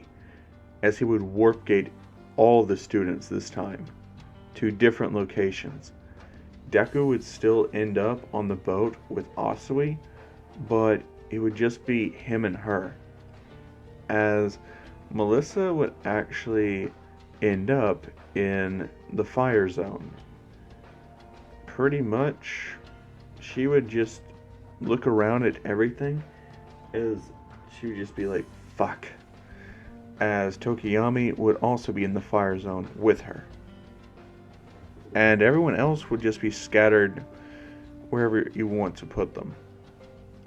So, pretty much, Deku just grabs Asui and flies off, as he would return her to where 13 is at, who's actually battling Kurogiri at the moment, as Aizawa would be fighting all the low-level thugs that were there, as Deku would tell Asui to go ahead and run. He'll get everybody else to safety. As she would say, thank you. Deku would say, of course. As all the villains in the water would actually be moving towards where the exit is, Deku would get on the rocks and would say, sorry, you boys ain't going anywhere. As he would rush at them, killing them, tearing right through them, as people would say, oh shit, it's the fucking Batman, run! As basically Deku would say, there is no running. Once you stepped in here, you signed your own death warrant. As he would continue to kill all of those criminals as they were just lie there, their bodies piled up, their blood soaking through the land. As pretty much Deku would rush all the way through, killing as many villains as he could. Aizawa would see Deku doing this, as he would see that the Batman is more than a myth. It's an actual person.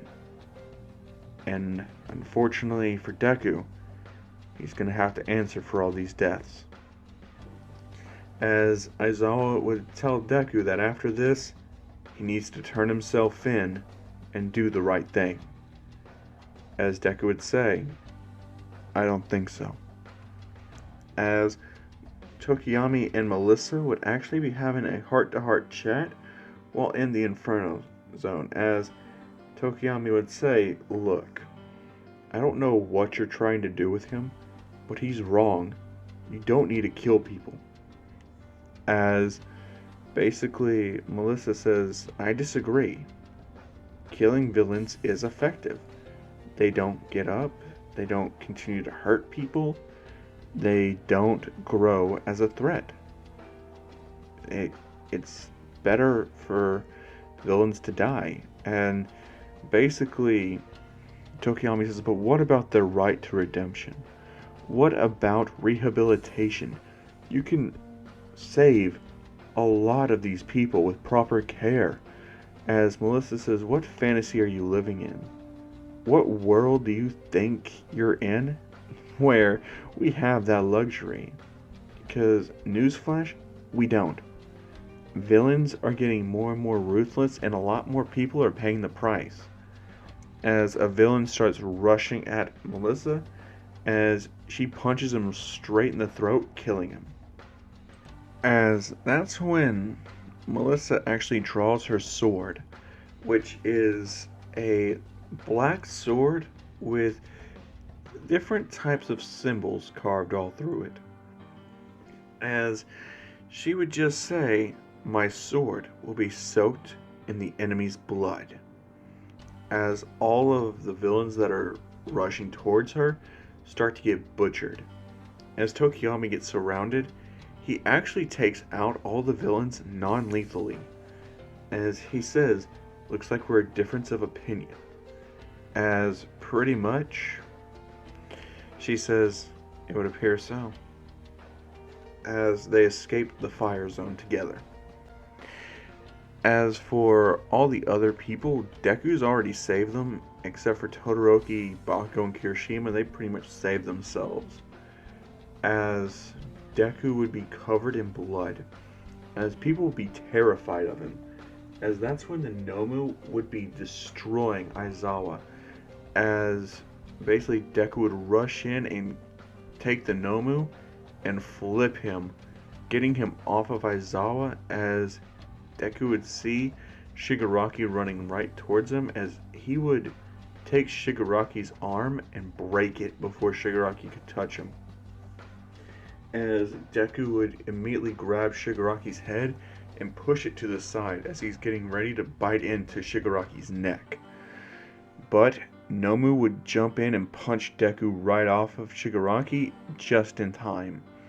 But Shigaraki would still get fucked up by this because he would be skinned by Nomu's punch, which would break several of Shigaraki's bones. As Shigaraki would be out, he could not fight anymore. So Kurogiri warp gates him and Shigaraki out of there. Regretfully, they were not able to see the Nomu battle, but they have enough information for now.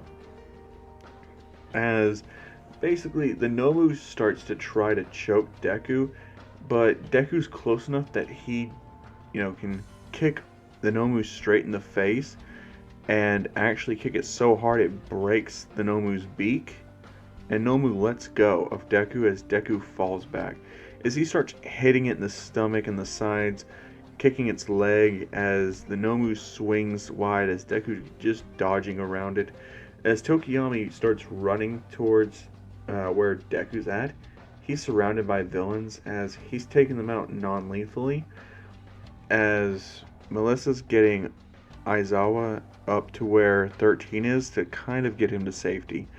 As Deku is back to back with Tokiyami, as Tokiyami's taking out villains left and right, Deku's butchering them and fighting the Nomu. As Deku dodges a punch from the Nomu, Nomu actually hits somebody. He hits Tokiyami right in the spine, shattering Tokiyami's spine and sending him flying. As Deku looks as his eyes grow wide as he rushes over there to Tokiyami, as Tokiyami says that he can't move his body. He can't feel anything past his neck. As Deku's crying as Tokiyami says, "It's okay. I still have Dark Shadow to help me." As Dark Shadow pushes Tokiyami up to where he's sitting upright, but Tokiyami can't move anything. As Dark Shadow says, "Look out," as Deku grabs Nomu's arm, puts him in an armbar, and bites down into his neck. As he would start draining the blood from Nomu. As Nomu would start losing blood but instantly regenerate more and more, as Deku just keeps draining the blood from Nomu until All Might gets there. Because several of the students would have called the school and Pro Heroes would have been there ASAP. As basically they get there and see Deku just biting down on the Nomu as Nomu is slamming Deku into everything, trying to get him off, but Deku won't release his grip. And All Might comes in there and starts wailing on Nomu, but Nomu can't really keep up with Deku draining its blood. All Might keeps on hitting it left and right, and pretty much the Nomu eventually falls to the ground with its regeneration quirk overtaxed. It's just lost too much blood and its quirks can't keep going. And he falls down. As Deku doesn't stop there, he drains Nomu of all his blood, killing the Nomu. As Deku just spits out the last bit of blood, saying that was disgusting. As All Might says, "You didn't need to go that far." And Deku says, "Can you even call this thing alive?" As All Might says, "Yes, you can. It's breathing, it has a pulse, a heartbeat, blood evident from your mouth." As Deku says, "But is it actually human? Or is it just an animal?" That's what you don't get. Not everything can be saved. And All Might just says, "I can tell from your handiwork, you don't think anybody is worth saving." And Deku says, "Criminals don't need to be saved. They need to be put down before their infection spreads." As that's when Melissa would come down with a villain in her grasp, as All Might would say, "Ah, you've captured one." And Melissa says, "Not quite." And she snaps its neck right in front of All Might, as All Might would say, "What the hell did you just do?" As basically Melissa says, "What should be done? I killed him. I made sure he would never hurt anyone again." As All Might says, "This is not how I raised you." And she says, "No, you raised me blindly. And to be honest, if you had actually killed All for One in your battle with him, would you have ended up in this state? Would you have had to worry about finding a successor? Would you had to have been living in fear for the day that he'll, come back?" As All Might says, "It's true. If I had killed All for One, I would have a much better peace and mind."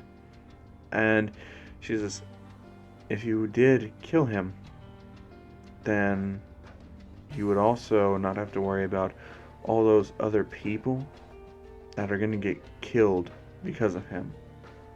As All Might grits his teeth and says, "That's a low blow, girl, against your own father."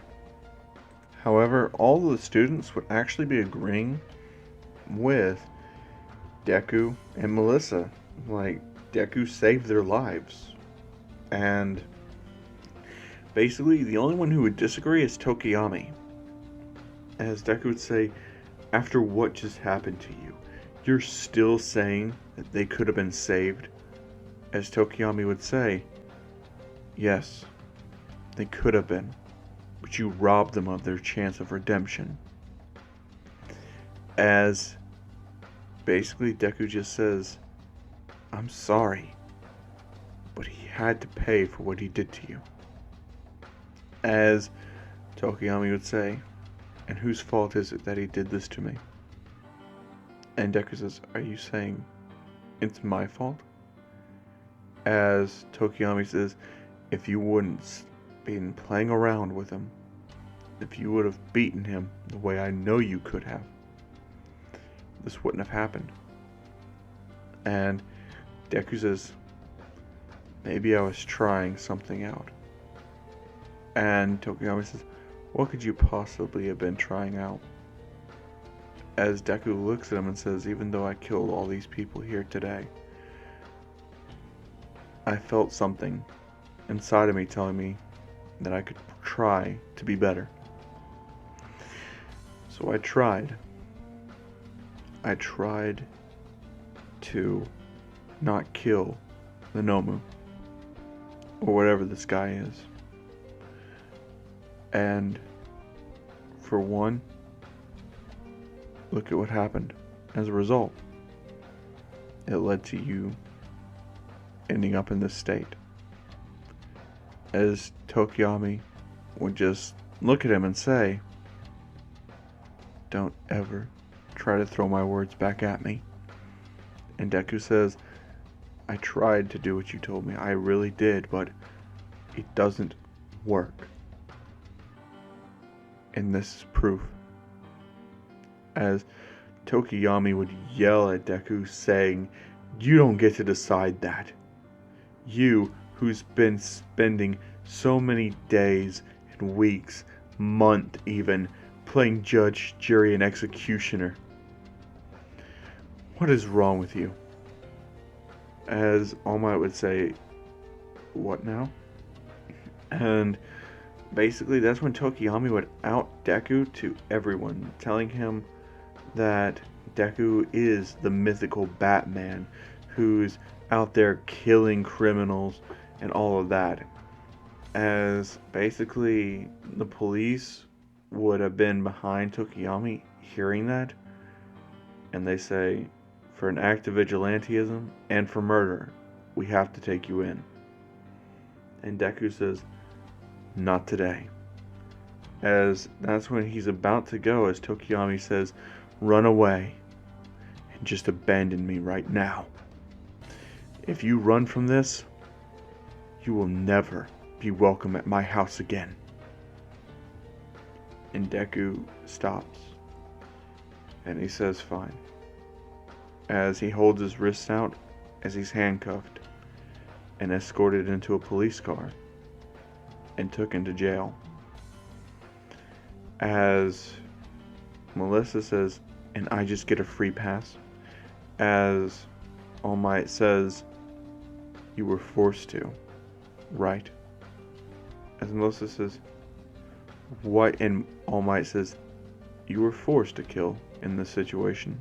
It was life or death. You were scared. And of course, with your strength, it would be hard for you to hold back. And that's the story. Stick to it." As Melissa says, "So he gets to go down, and I get a free pass, because All Might's my father." And All Might says, "I'm protecting you. You'll see this way is wrong, and then you'll come around to my side of thinking again. He was just a bad influence on you. He's a broken man." And Melissa just slaps All Might across the face and says, "I can't believe you. Turning your back on him again." As All Might feels that in his heart, as his heart feels like it's breaking. And pretty much at the station, Deku is tagged and booked as he awaits trial. As his adopted family would come in there and see him, as they would talk to him, he would ask how Tokiyami's doing. They say the hospital says that there's no hope for him to recover. He's going to be paralyzed from the neck down forever. There's no hope for him to ever walk or move his arms again. Luckily he has Dark Shadow, but there's not really much you could do with it. She says that one of his classmates have come by and started tending to him and helping him out. As Deku would say, "Who?" And she says her name's Mina. She's very smitten with your brother. And Deku says he made it pretty clear that he didn't actually think of me as his brother. And she says, "Stop it. He loves you as a brother. He has. And we still love you as our son. And for what it's worth, I think you're doing the right thing." As the father would concur, and she says, We knew what you were doing, but we knew you were doing it for the right reasons. As Deku says, other people don't seem to think so. As she says, I don't know what to tell you, but we're gonna fight this. And Deku says, there's no way to fight it. Not anymore. As that's when another person comes in and says, I wouldn't be so sure about that. As he looks and says, and who are you? And she says, my name is Waller, and I am with the Japanese government. We would like to offer you a very lucrative deal, Mr. Batman. And Deku says, just Batman. She says, well then, Batman. How would you like to come work for us? And Deku says, excuse me? And she explains that her section of the government deals with taking out terrorists and making sure the world is a safer place by any means necessary. And that he would have all his freedoms back, and the only thing he would actually be doing is not actually being part of the government or working for them in any case, but he would have a close relationship with the government, and he was be allowed to build a team of 3, including himself. There leaves 2 more slots open to be filled. As Deku would say, very well, I'll fill them. As he would say that he wants Melissa Shield on his team. And she would say, very well, but we need you to sign a few pieces of paperwork saying that you accept full responsibility for your actions, but that you're working for us. This is just an official document that gets you out of trouble, and it states that you were doing all those killings and vigilante justice on our orders, meaning all these crimes, well, they simply go away if you catch my drift. And Deku would say, very well, I'll sign. As he signs the paperwork, and they have him released not even 5 minutes later. As now Masa is throwing a fucking fit at the captain. He says, how do you just let a murderer walk out of here? And that's when Waller says, perhaps you might want to look at the paperwork, and you'll see he was following orders. As Deku would put his mask back on and say, see you around. As now Masa would grab Deku by the arm and would say, I will put you away for good one day. And that's when Waller says, I'd let him go if I were you, unless you want to be arrested for assaulting a federal agent. As now Masa lets go. As Deku would say, I wouldn't count on it. As he walks out of there. As Deku would be formally recognized as a member of the Japanese Justice League, its founding member. As Melissa would readily accept Deku's offer to be on his team, as that's when All Might actually objects, as he says, no, there is no way in hell that you're allowing her to be on his team. He'll turn her into a killer. As Melissa says, sorry to burst your bubble, but I'm already a killer. I've killed people, but those who would be deserving. As basically she tells All Might that if he keeps on, she will punch him, and she will fight him, and he will lose the fight. And All Might pulls her aside and says, if you're going through with this, you're doing it without One for All. As Melissa says, if you want the quirk, you can have it back. As All Might says, give me the quirk back. You are not the successor that I should have chosen. As Melissa says, fine, I'm strong enough without it. As she transfers the quirk back to All Might, as All Might would continue looking for a successor, as he would eventually come across one in Mirio.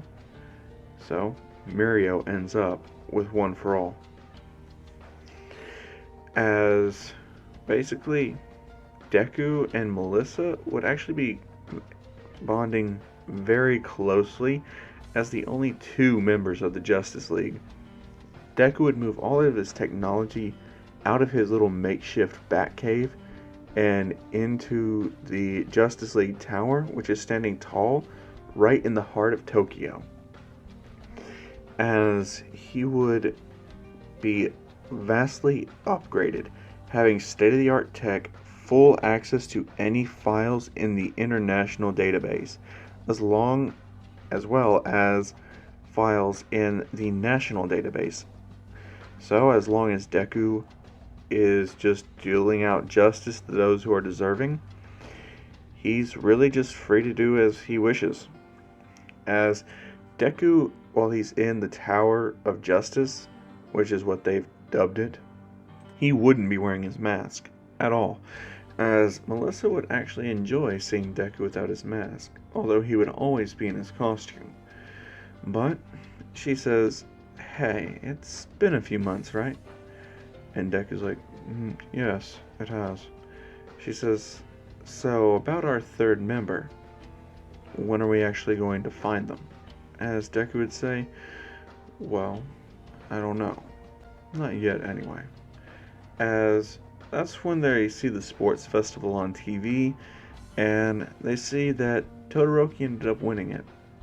And they say, "Huh, nice to know." And Deku says, "I really don't care. I don't have any attachment to that school anymore. I'm much better off here." As that's when Melissa says, "Yeah," as she would have her arms around Deku. She says, "Well, how about you help me take a load off?" As Deku would say, "Maybe later. Not right now, though." As she would touch his skin and she would say, "Oh, you're cold." As Deku would grab her hand, look her right in the eyes, as he would say, "The body's cold, but the heart is still warm." As she would smile at him and Deku would smile back, as he would tell her that she's one of the only people in the world he actually cares about. And she says, "How many people are in the world that you care about?" Deku thinks, and he says, "Only 4. As she says, "Aw, that's sweet."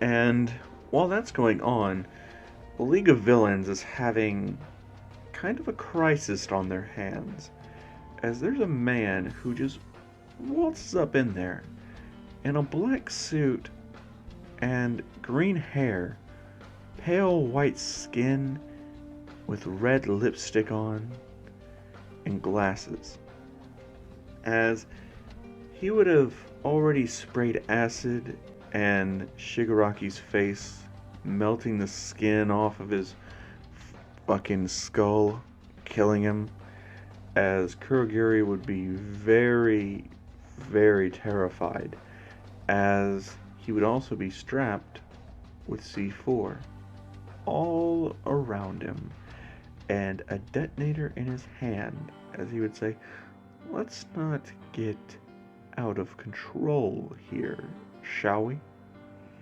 As All for One says, "Oh, and who are you?" As the man says, "You can call me Joker, 'cause that's what life is, right? One big joke. You help somebody out, turn their son into a fucking vampire, and then your own daughter decides to try to save the little bastard's life. Your wife gets shot by guards you call, and everything just keeps going downhill from there, right?" Your best friend puts you in an asylum where they beat you and torture you, dump you in chemicals, anything to try and cure the loony out of you, they say. Well, that's all nice and dandy, but the real kicker is when your best friend decides that he wants to adopt your daughter and turn her against you. Not even a phone call, a letter, nothing. So when the opportunity presents itself that you knock on the door, comedy opens. In insanity, it's the best joke of all. Because insanity's the new normal.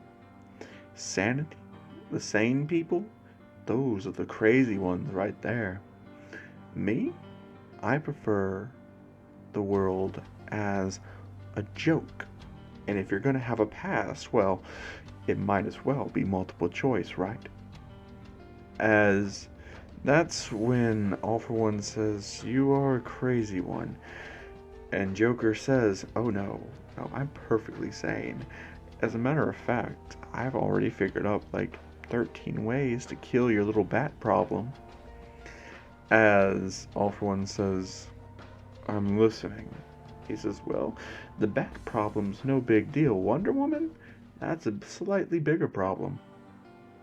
As basically, Joker would say, but it's not an impossible one. But he's going to need money, and he's going to need some goons. As he looks around and says, "Well, not these goons. They're rather useless, and one's kind of dead." As All for One say, "I'll get you what you need." As basically, Joker says, "Well, I would hope so." As he says, "Bartender, pour me a drink." As Kurogiri pours him a drink, as he says, "You mind if I take a drink before I answer?" And All for One says, "Answer what?" He says, "Oh, one moment, my drink." As he takes a drink, as All for One says, "What answer? What are you trying to answer?" And that's when he would slash, like, not slash, but slam the top half of the glass against the counter and slash All for One's throat, causing him to bleed out excessively and die. As the Joker would start laughing uncontrollably as he'd say, "I'm coming for you, All Might. And now, I'm the biggest criminal in Japan. You got no choice but to look at me. I'll remind you of what a failure you are. Something that took you so long took me only one night. Really, with your powers, this should have been way easier. If only you would have been smarter." As that's when he would pull out a gun. He would pull the trigger, and a little flag would come out saying, "POW." As he would get a little chuckle, as Kurogiri would just be terrified, as he would pull the trigger again, and he would stick the little flag right into All for One's skull. Just like adding insult to injury. As he would say, "Oh, yeah, one more thing." As he would toss a bottle of chemicals right at Kurogiri, which, when they hit him, they start shaping him and tearing him apart at the molecules. As he would say, "That's a special little cocktail I kicked up for anyone who would be a problem. A person with a warp gate quirk? Now that's a problem." As he would say, "And you're going to help me send a message anyway." As he would immediately start taking the blood from All for One and writing "Joke's on you" all over the wall as he would leave. And pretty much the Justice League would be alerted to this, as basically Deku and Wonder Woman would get there, as they would take a look and they would see The police don't want them there, but there's nothing the cops can do. If the Justice League wants access to a crime scene, they get access to the crime scene. As he's looking around and says, well, this is new.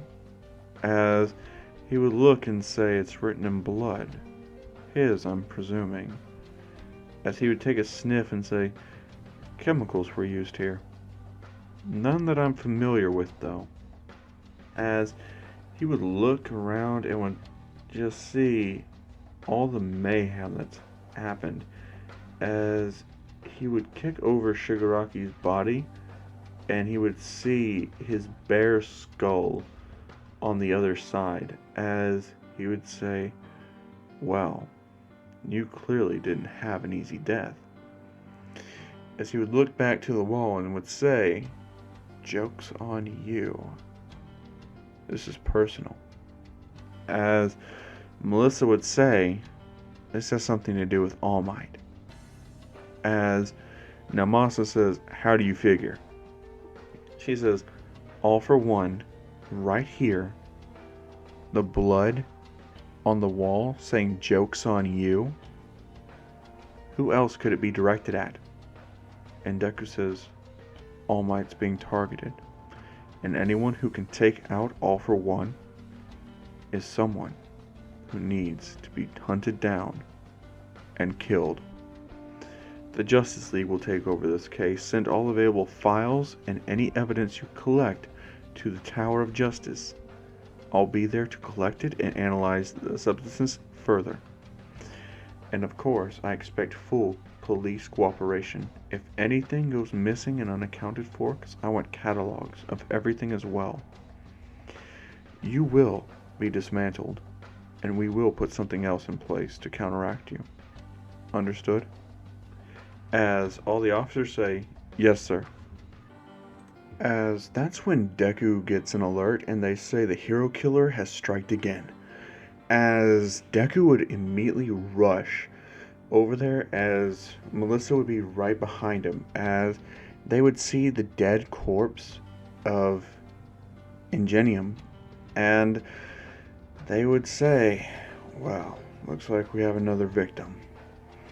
As Ingenium would be at the morgue, and Ida would be distraught, as Deku would be going to the hospital to where Ida's family was at to see the mortician, as Deku would walk into the morgue at that same time. As the mortician would say, oh, Batman, we weren't expecting you to be here so soon.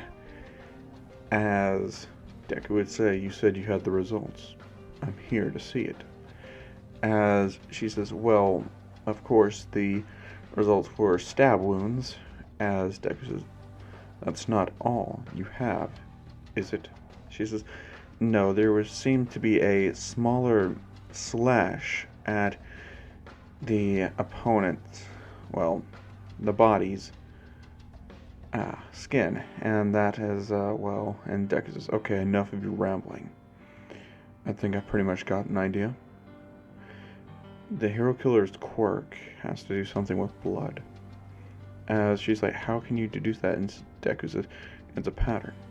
There's a smaller cut on every single victim that we've registered. That means he needs them to bleed.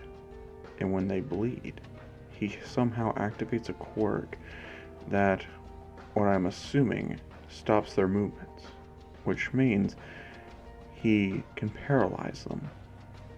Now we need to figure out if there's a set time to it, or is it affected by blood type, or other things like that.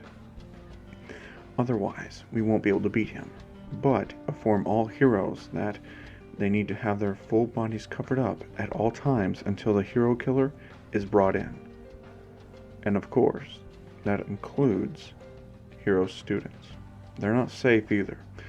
Even though they're students, you having them interning is very dangerous. As Ida would run at Deku, grabbing him and saying, where were you? Weren't you supposed to be making this world safer? As Deku says, I am. but a team of two can only do so much against ever-growing evil. There's threats springing up that you don't even know about. And why? Because I'm doing the best I can to take care of them, while you're over here playing hero.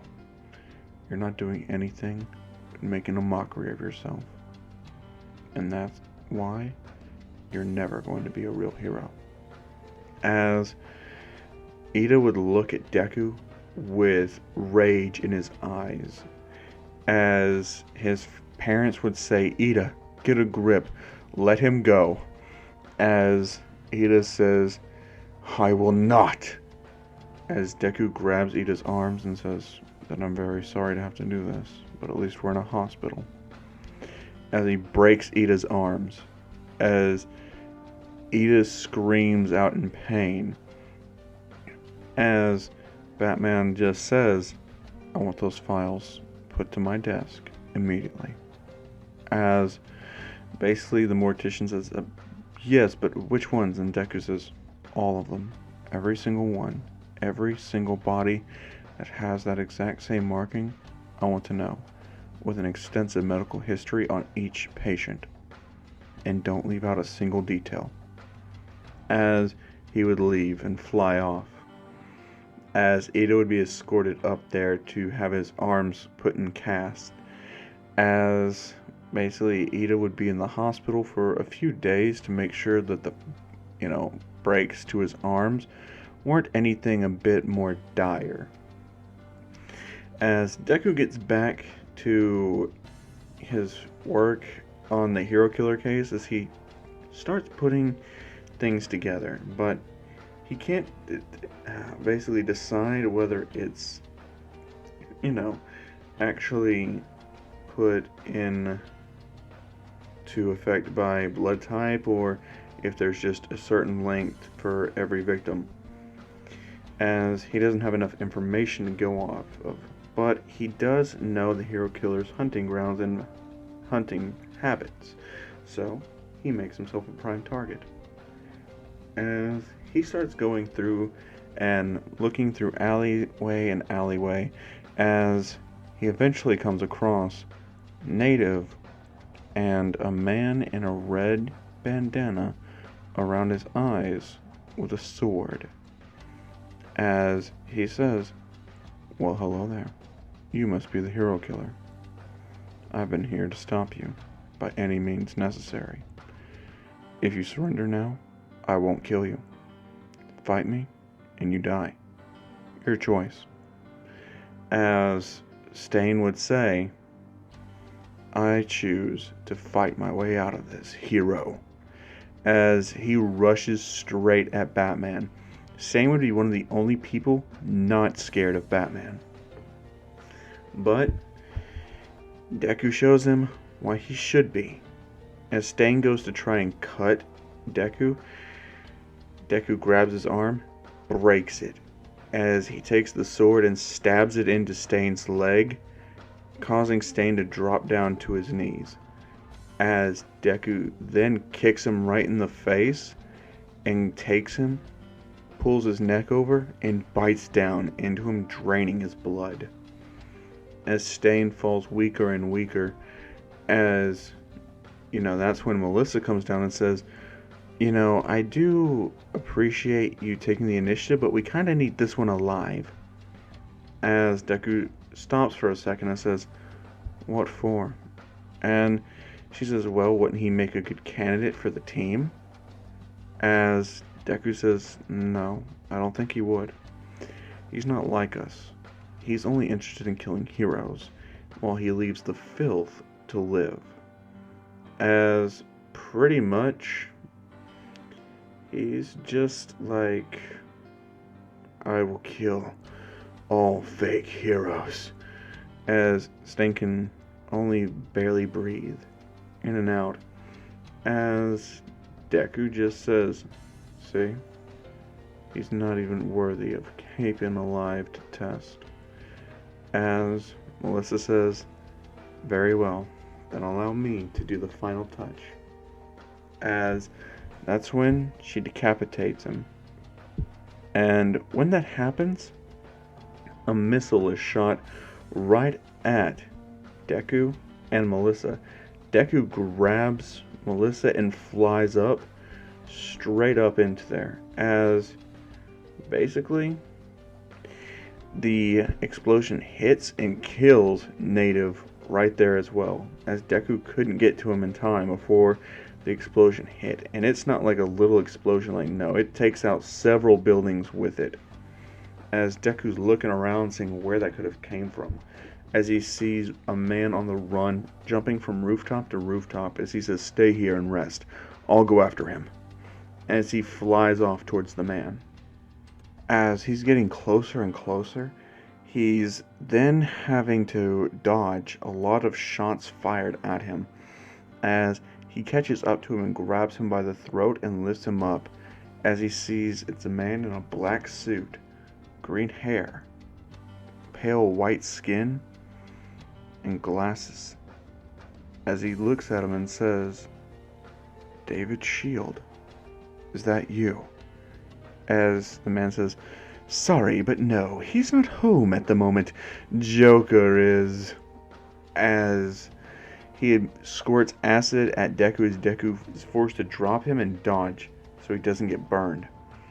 As he then takes out a gun and shoots Deku square in the shoulder, as he then gets up and starts beating on Deku. Just punch after punch after punch, as he says, "You know what's funny? I came here after killing some people. I didn't expect to see the Bat and the Wonder Woman. Or would it be Wonder Bat? Ooh, that sounds a nice little ring to it, don't you think? Oh, too bad about Bird Boy, though. He really did have to go. Although he was paralyzed, but that little shadow thing was a nice little party trick. Sadly, it didn't stop him from getting beat with a crowbar. I kept asking him what was better, forehand or backhand, left or right, both hands or one hand. He never answered. Poor boy couldn't even feel anything below his neck. Although, I think I did him a favor. Living life like a potato, no way to live it at all. In fact, I ended up blowing him up. It was quite the darling fireworks. That little pink girl he was so sweet on, well, she's not being so sweet anymore. After all, she's kind of locked up somewhere. Can you find her in time? Can you save her? Are you as brutal as they say, or as cold-hearted? Let's take a little bit of a feel. Ooh, cold to the touch. I see. As that's when Wonder Woman would show up, as she would take a swing at the Joker, as he would dodge and say, Now, that any way to say hello to your daddy, love?" As Melissa's eyes would go wide as she would say, "Papa." As he would say, "That's right, it's your dear old dad. How about we hug it out, like a family?" As he would grab on to Melissa and would electrocute her, as she would feel all of the electricity go rushing through her, as Deku would get up and punch the Joker straight in the face, sending him flying backwards, as he would then drop to the knees and catch Melissa before she hit the ground, or rooftop in this case, as the Joker would be hanging off the ledge, but he would pull himself back up, as he would say, "Well, you certainly did get strong, kiddo, but I think I should just activate this," as he pushes a red button on the detonator, as he says, "Got 5 minutes to find her. Can you do it, Bat Boy?" "Well, I'm off. Have fun. Toodaloo." As he would jump off the roof, and Deku would look as he would see him running away, getting into a car and driving off, as Deku would realize he doesn't have the time to be going after the Joker. He's going to have to let him go for now and save that helpless victim. As he would just start looking everywhere, seeing anything that could be a symbol of infrared, as he would fail to get there on time. The bomb would go off, and Mina would die. But it wouldn't just be Mina. It would be Deku's adopted parents as well. As he would get there just a little bit too late, as he would move all the debris around and would see his parents right there. As he would say, "No. No." As he would cry, as Mina's body would be there as well. As all the police would get there, as they would say, "What happened?" And Deku says, "There's a new player in town. They call him the Joker." And they say, "Do you have any sort of ID that we could get this guy with?" Deku says, "Green hair, pale white skin, red lipstick in the shape of a smile. And of course, he's wearing glasses and a black suit. His real name is David Shield. When I find him, he's dead." As he would put his parents down and let them be taken to the morgue. As he would kick in the door at his childhood home that he used to grow up with Todoroki at, and he would find Todoroki dead and bleeding. Blood would be all over the room, the splatter marks, and of course, the blood-covered crowbar. As Deku would look in shock as he would fall to his knees, as that's when somebody else would be there. As he would turn around and look, as it would be All Might. As he would turn his head back to his fallen brother. As Deku says, "If I wasn't killing them before, I'm definitely going to kill them this time around." And basically, All Might says, "I was hoping you could let me in on any information." As Deku says, "Your old pal, David Shield, he's the Joker. He did this. He killed my parents. He killed Mina. He's killed a lot of people, including All for One, including Shigaraki. He even managed to kill a living warp gate. Don't know how, but he managed to do it. He's the one that wrote that message for you. Joke's on you." Have any meaning as to why? As All Might would say, when David was mourning over his wife, he lost all of his sanity. He was not able to raise Melissa. And so, I took her in. I adopted her. And this is the result. He's so mad and lost. I don't know what to do. As Deku would look and say, "Well, I do. It's time to kill him and put him out of his misery. Something you should have done a long time ago." As All Might says, "I'm just not a killer. I wanted to kill All for One, but it would have been wrong. Who am I to be judge, jury, and executioner?"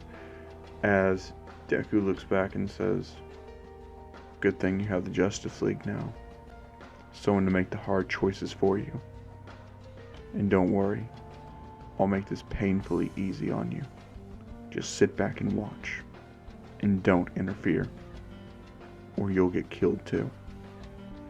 As he flies off, as All Might looks and he feels helpless. Somehow, being the #1 hero isn't meaning much these days. As he would go back, but before he could, his time limit would run out. As he would start walking down the street, he would be hit with chloroform and knocked out. As he would awake, he would be in an underground lair, as lights would flash on, as amusement park music would be playing, as he would see lots of images of just clowns all over the place, until Jokerized David would pop up right in front of him, as it would scare All Might, as All Might would say, "David, is that really you?" And he would say, "How many times do I have to tell you people? It's not David anymore. It's Joker. And I'm here to stay. But you, well, you, Mr. Number One, you're on your way out. And I'm going to make sure of it. So, I want you to think real hard. What little action could you have done that could have helped spiral me so far out of control that I'd end up like this? What one action could you have done differently that could have saved me? It's time for What If All Might Wasn't a Piece of Shit? My favorite game. And of course, if you get an answer right, I won't kill you. Get the answer wrong, and let's just say you'll have the happiest death imaginable. As All Might would just say, "David, I'm sorry. I'm sorry I wasn't there for you. I could have been there for you more." And David says, "Sorry. So close, my boy, but not the answer I'm looking for." As he would just say, "The correct answer is not taking my daughter. That isn't cool, bro." Oh, but don't worry. When I said you'll have the happiest little death imaginable, I meant it. As he would walk out, as glass walls would encase All Might, as a certain type of green gas would fill the chamber, as All Might would start laughing uncontrollably, his face would start going irreversibly into a smile. And that's when David would hit the electric chair that All Might is sitting in, electrocuting All Might to the point to where he's laughing and being electrocuted at the same time.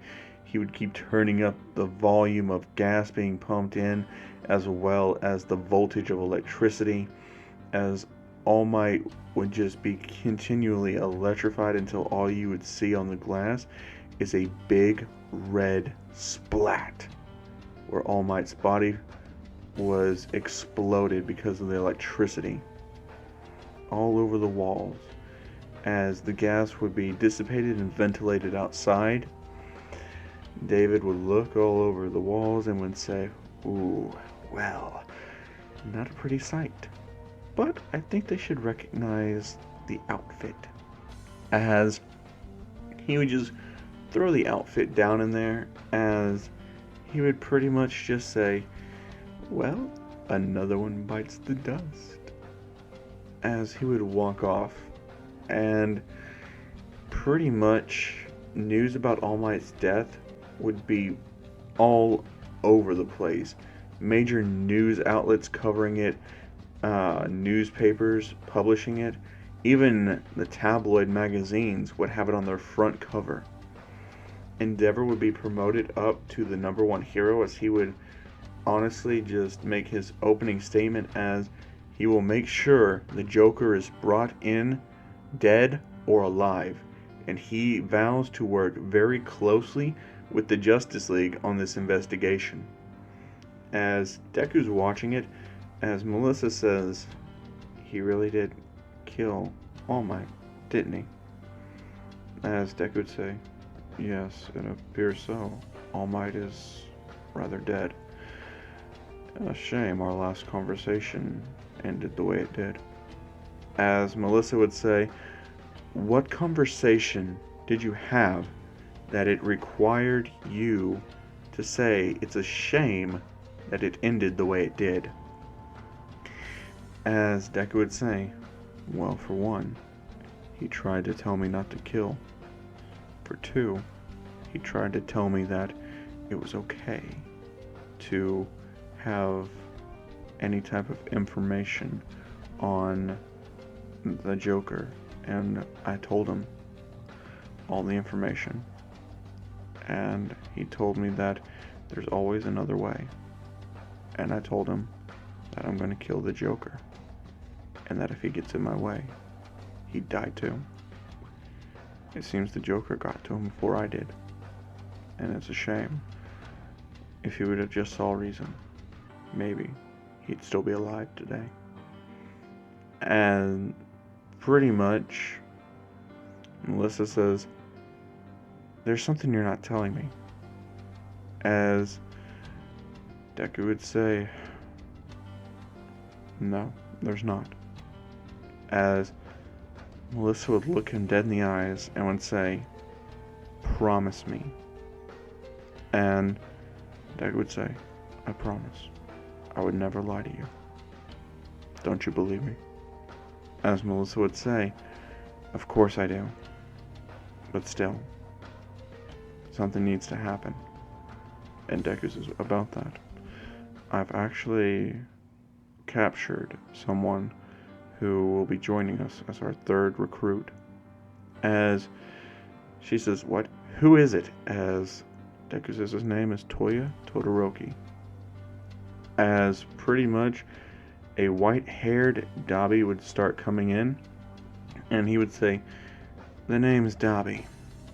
And that's when Deku says his real name, Toya Todoroki, the son of Endeavor. Endeavor's not the hero I thought he was. Toya has made sure he enlightened me on that part, and his quirk is extremely powerful, more so than Endeavor's. He can be a valuable asset. As such, I've gotten my hands on some rather interesting things that I'm going to use to fix up all those patches on your skin. If you're ready, we can head into the examination room and get started. As Toya says, of course. As Melissa says, you know, it's getting pretty hard to tell if we're here to save people or rule them. And Deku says, pretty soon it'll be hard to tell the difference. As Melissa says, what do you mean? As Deku, shoos Dabi in there, as he pulls up the fucking, statistics, as he says, well, 50% of the population wouldn't mind us taking over. And worldwide, it's up to about 75%. They see that the Justice League is the true justice.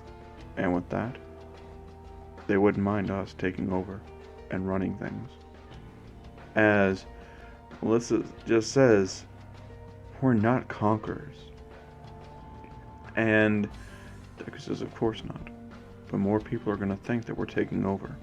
That's why I said that it would be pretty hard to tell the difference pretty soon. With more people supporting us, other people are living in fear.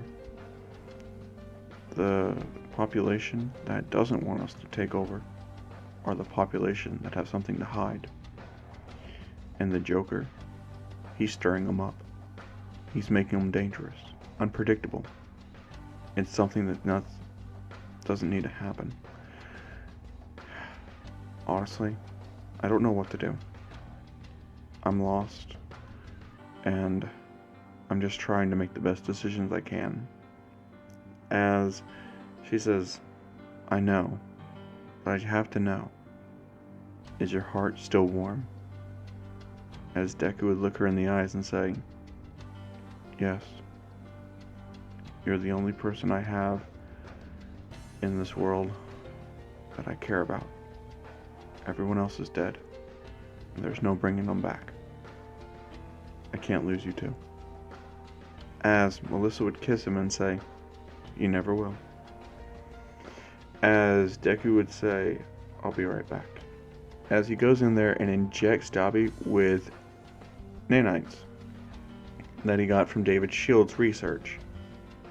And those nanites actually heal Dabi's skin all the way back to normal. So Dabi doesn't look like he's just had a patch job done. He's actually got his original skin tone back and looks normal. As it would also fix his overheating issue. So Dabi would be able to use his quirk without that many whole drawbacks to it. So, as Deku would let Dabi rest, he would go to Melissa's room. And pretty much, this is where the 18+ scene comes in for all you kiddos out there. So, yeah, this is your only warning. 3, 2, 1. As soon as he enters Melissa's room, she's completely naked after she just got out of the shower. As he says, "Oh, I'm sorry. Should I have knocked?" She says, "No, it's fine, but lock the door." As Deku would lock the door, as he would take off his mask, as he would say, "It's been a while since we've just talked." As Melissa says, "I don't want to do much talking right now."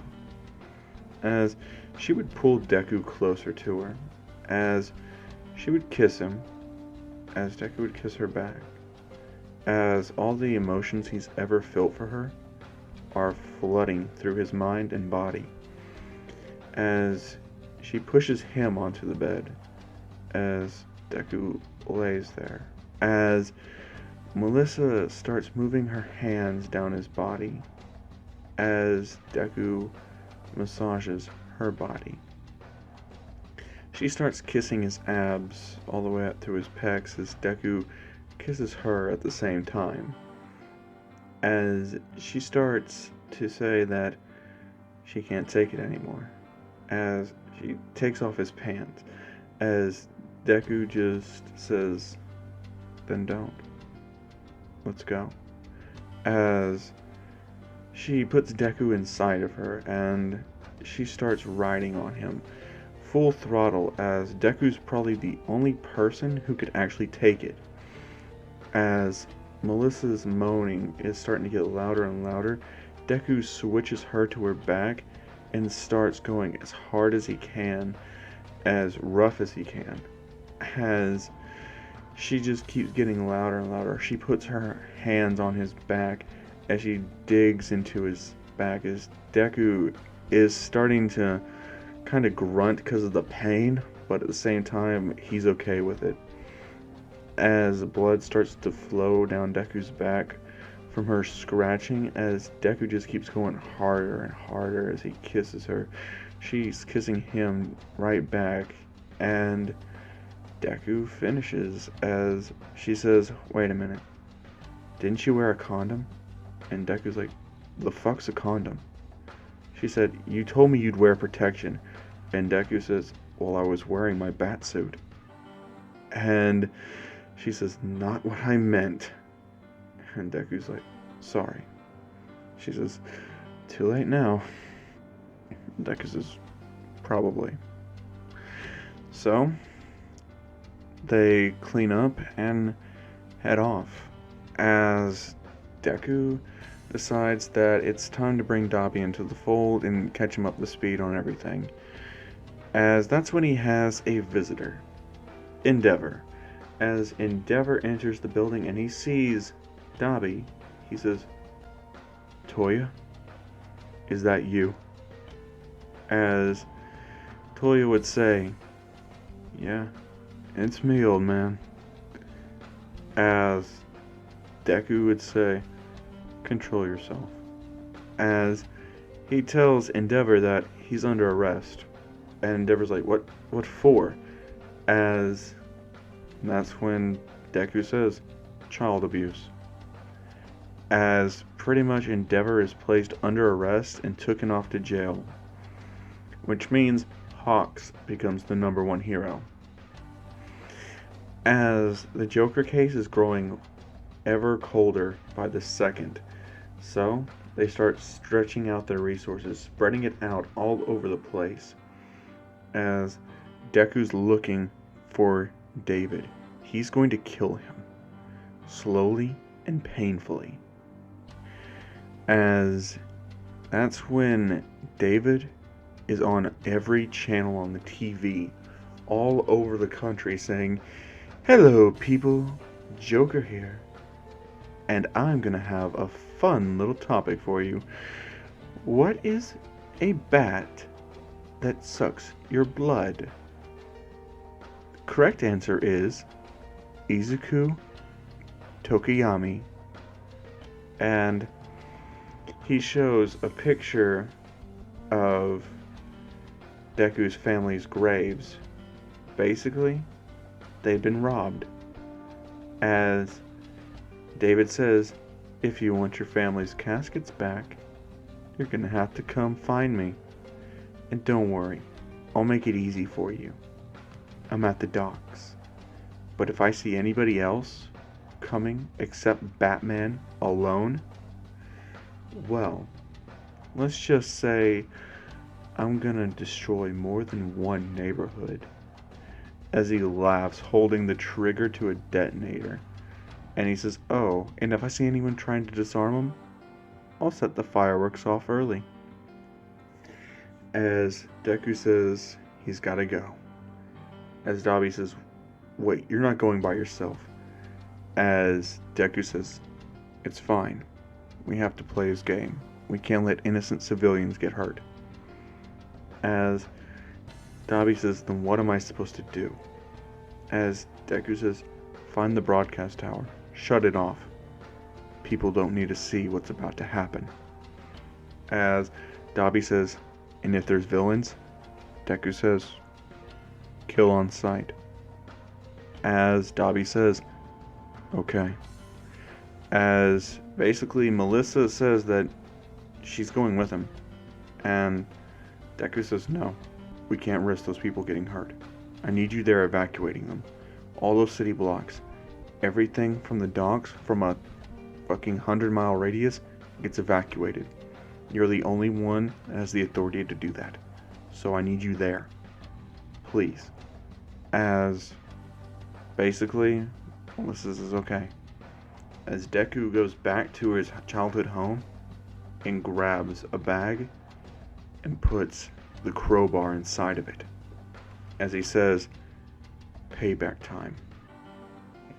As he gets there and he has the crowbar in hand, as he drops the bag outside. And that's when David's there with his mother's and father's caskets, both sets. As that's when he says, "Well now, come on out, Joker Jr." And that's when he sees Tokiyami walking. As he says, "How is this possible?" As Tokiyami says, "With the power of the Lazarus Pit, Batman." As he says, "You've become something that should never have been allowed into this world. My mother and father are dead because of you. And I'm finally given in to what you're selling. I'm gonna kill you." As he rushes at Deku, and Deku has to defend himself. So, he takes the crowbar, throws it to the ground, and rushes at Tokiyami. As Tokiyami hits him, piece in and piece out. As Tokiyami says, "You know that girl that you were always so sweet on, Melissa? Hope she can survive this." As Tokiyami pushes a button and blows up the city block that Melissa's in, currently evacuating. As Melissa gets hit with the explosion, as Tokiyami sets off another one, and it's a chain reaction. Melissa gets caught in an endless loop of explosions. As she drops to the floor, blood going everywhere. And Deku sees it on the news. His eyes grow wide, and anger fills his body As he says, "Why?" As Tokiyami says, "My life was taken away from me because of you. It's time I return the favor and take everything away from you." As he goes over there and starts beating on Deku, just time after time after time, as Deku beats on him right back, making Tokiyami spit out blood as he knees him into the stomach, as he gets ready to go for a bite, but he stops. As Tokiyami says, What? What are you doing? Do it!" As Deku looks at him and says, "I bet you taste terrible," and slams his head into his knee, knocking Tokiyami out. As he says, "I won't kill you." But he looks up at Joker and says, "You, on the other hand, you're gonna die." As that's when Deku and the Joker have their final battle. As David has the crowbars, he hits Deku time after time. Deku's on the ground getting hit over and over by a crowbar. His batsuit is tearing. Deku punches the Joker so hard he gets sent flying. As that's when Deku hides in the shadows. It's nighttime anyway now, so the shadows are perfect. As David starts walking around with a loaded gun. As he sees Deku, he shoots him right in the leg. As Deku gets hit, as he goes down and says, "Damn it!" Ugh! As he goes back into the cover of darkness. As he pulls out the bullet and starts going faster. And that's when he takes David and slams his head into the iron post as he just starts beating him over and over again. David's bloodied out. He's spitting blood in Deku's eyes as Deku's trying to wipe it off. As he has his increased sense of hearing, David sets off a sonar blast, disrupting it and causing him intense pain. All his senses are scrambled now, as David just kicks him in the face and keeps beating him with a crowbar. As Deku just gets right back up, as he says, "To hell with it," as he slams his hand straight through David's chest. As David says, "Looks like the last laughs on you, Batman." As that's when Joker gas starts pouring out of his mouth. Luckily, Deku throws him into the water before it can get to him. As Deku says, "Wouldn't want to see what that could have done." As he walks off, picking up Tokiyami's body and handing him over to the police. As Tokiyami is arrested for the countless murders of innocent people that he's committed. As Deku walks back and he sees Melissa there. As Melissa says, "I don't die so easily." As Deku hugs her and says, "Thank you." As for everybody else, Dabi was able to stop the broadcast before they saw Deku kill the Joker. As people know that the Batman won and the Joker died. But they also know it's a turning point for Batman. Joker was the last criminal he killed. As the nights grow longer, the Batman's reign scared criminals so bad, crime decreased, but the Batman never rests. As he is the leader of the Justice League, who has grown a few new members. Besides Dabi, Wonder Woman, and Batman, you also have Ida as part of the Justice League now. After some heavy training and a breakthrough on his morality, he chose to do his best to join the Justice League to honor the name of Ingenium. And the last new member is Uraraka. With her gravity quirk, she can support people. So, as Ida's love interest as well, the team of the Justice League is 5 members strong. with Deku being the head figure, and all of Japan fears the Batman. I've been the Crown Fiend. Thank y'all for watching. Peace.